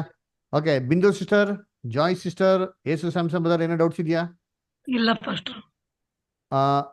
ರಾಮುಡು ಬ್ರದರ್? No pastor. ಸರಿ, ಓಕೆ, ದಯವಿಟ್ಟು ಸರಿ ಹಂಗಾರೆ ಪ್ರೇಮ ಕ್ಲೋಸ್ ಮಾಡೋಣ. ದಯವಿಟ್ಟು ನೀವು ಕ್ಲಾಸ್ ಕೇಳ್ಬೇಕಾರೆ ನಿಮ್ಮ ಬೈಬಲ್ನ ತೆಗೆದಿಟ್ಕೊಳ್ಳಿ. ಬೈಬಲ್ ವಾಕ್ಯ ಓದಿ ಅಂತ ಹೇಳಿದ ತಕ್ಷಣ ಎಲ್ಲರೂ ದಯವಿಟ್ಟು ಓದ್ಬೋದು. ಸಂಕೋಚ ಪಡಿದ್ರೆ ಎಲ್ಲ ಓದಿ. ಆಮೇಲೆ ನಿಮ್ಗೆ ಏನೋ ಪ್ರಶ್ನೆ ಇದ್ರೆ ಏನು ಹೆಸಿಟೇಟ್ ಮಾಡಬೇಡಿ. ಬೇಜಾರು ಇಲ್ದಿರ ಧೈರ್ಯವಾಗಿ ನನ್ನ ಹತ್ರ ಕೇಳ್ಬೋದು. ಎಲ್ಲ ಪ್ರಶ್ನೆಗಳಿಗೆ ಸತ್ಯವಾದ ಮುಖಾಂತರ ಉತ್ತರ ಕೊಡ್ತೀರಿ. ಓಕೆನಾ? ಇದಾಗಿದ ನಂತರ ಯೂಟ್ಯೂಬ್ ಚಾನಲ್ ಸಬ್ಸ್ಕ್ರೈಬ್ ಮಾಡಿ ಎಲ್ಲ ಕ್ರೈಸ್ತ ಸಹೋದರರಿಗೆ ಹಂಚ್ಕೊಳ್ಳಿ. ಓಕೆನಾ? Thank you. God bless. ಒಂದು ಪ್ರೇಮ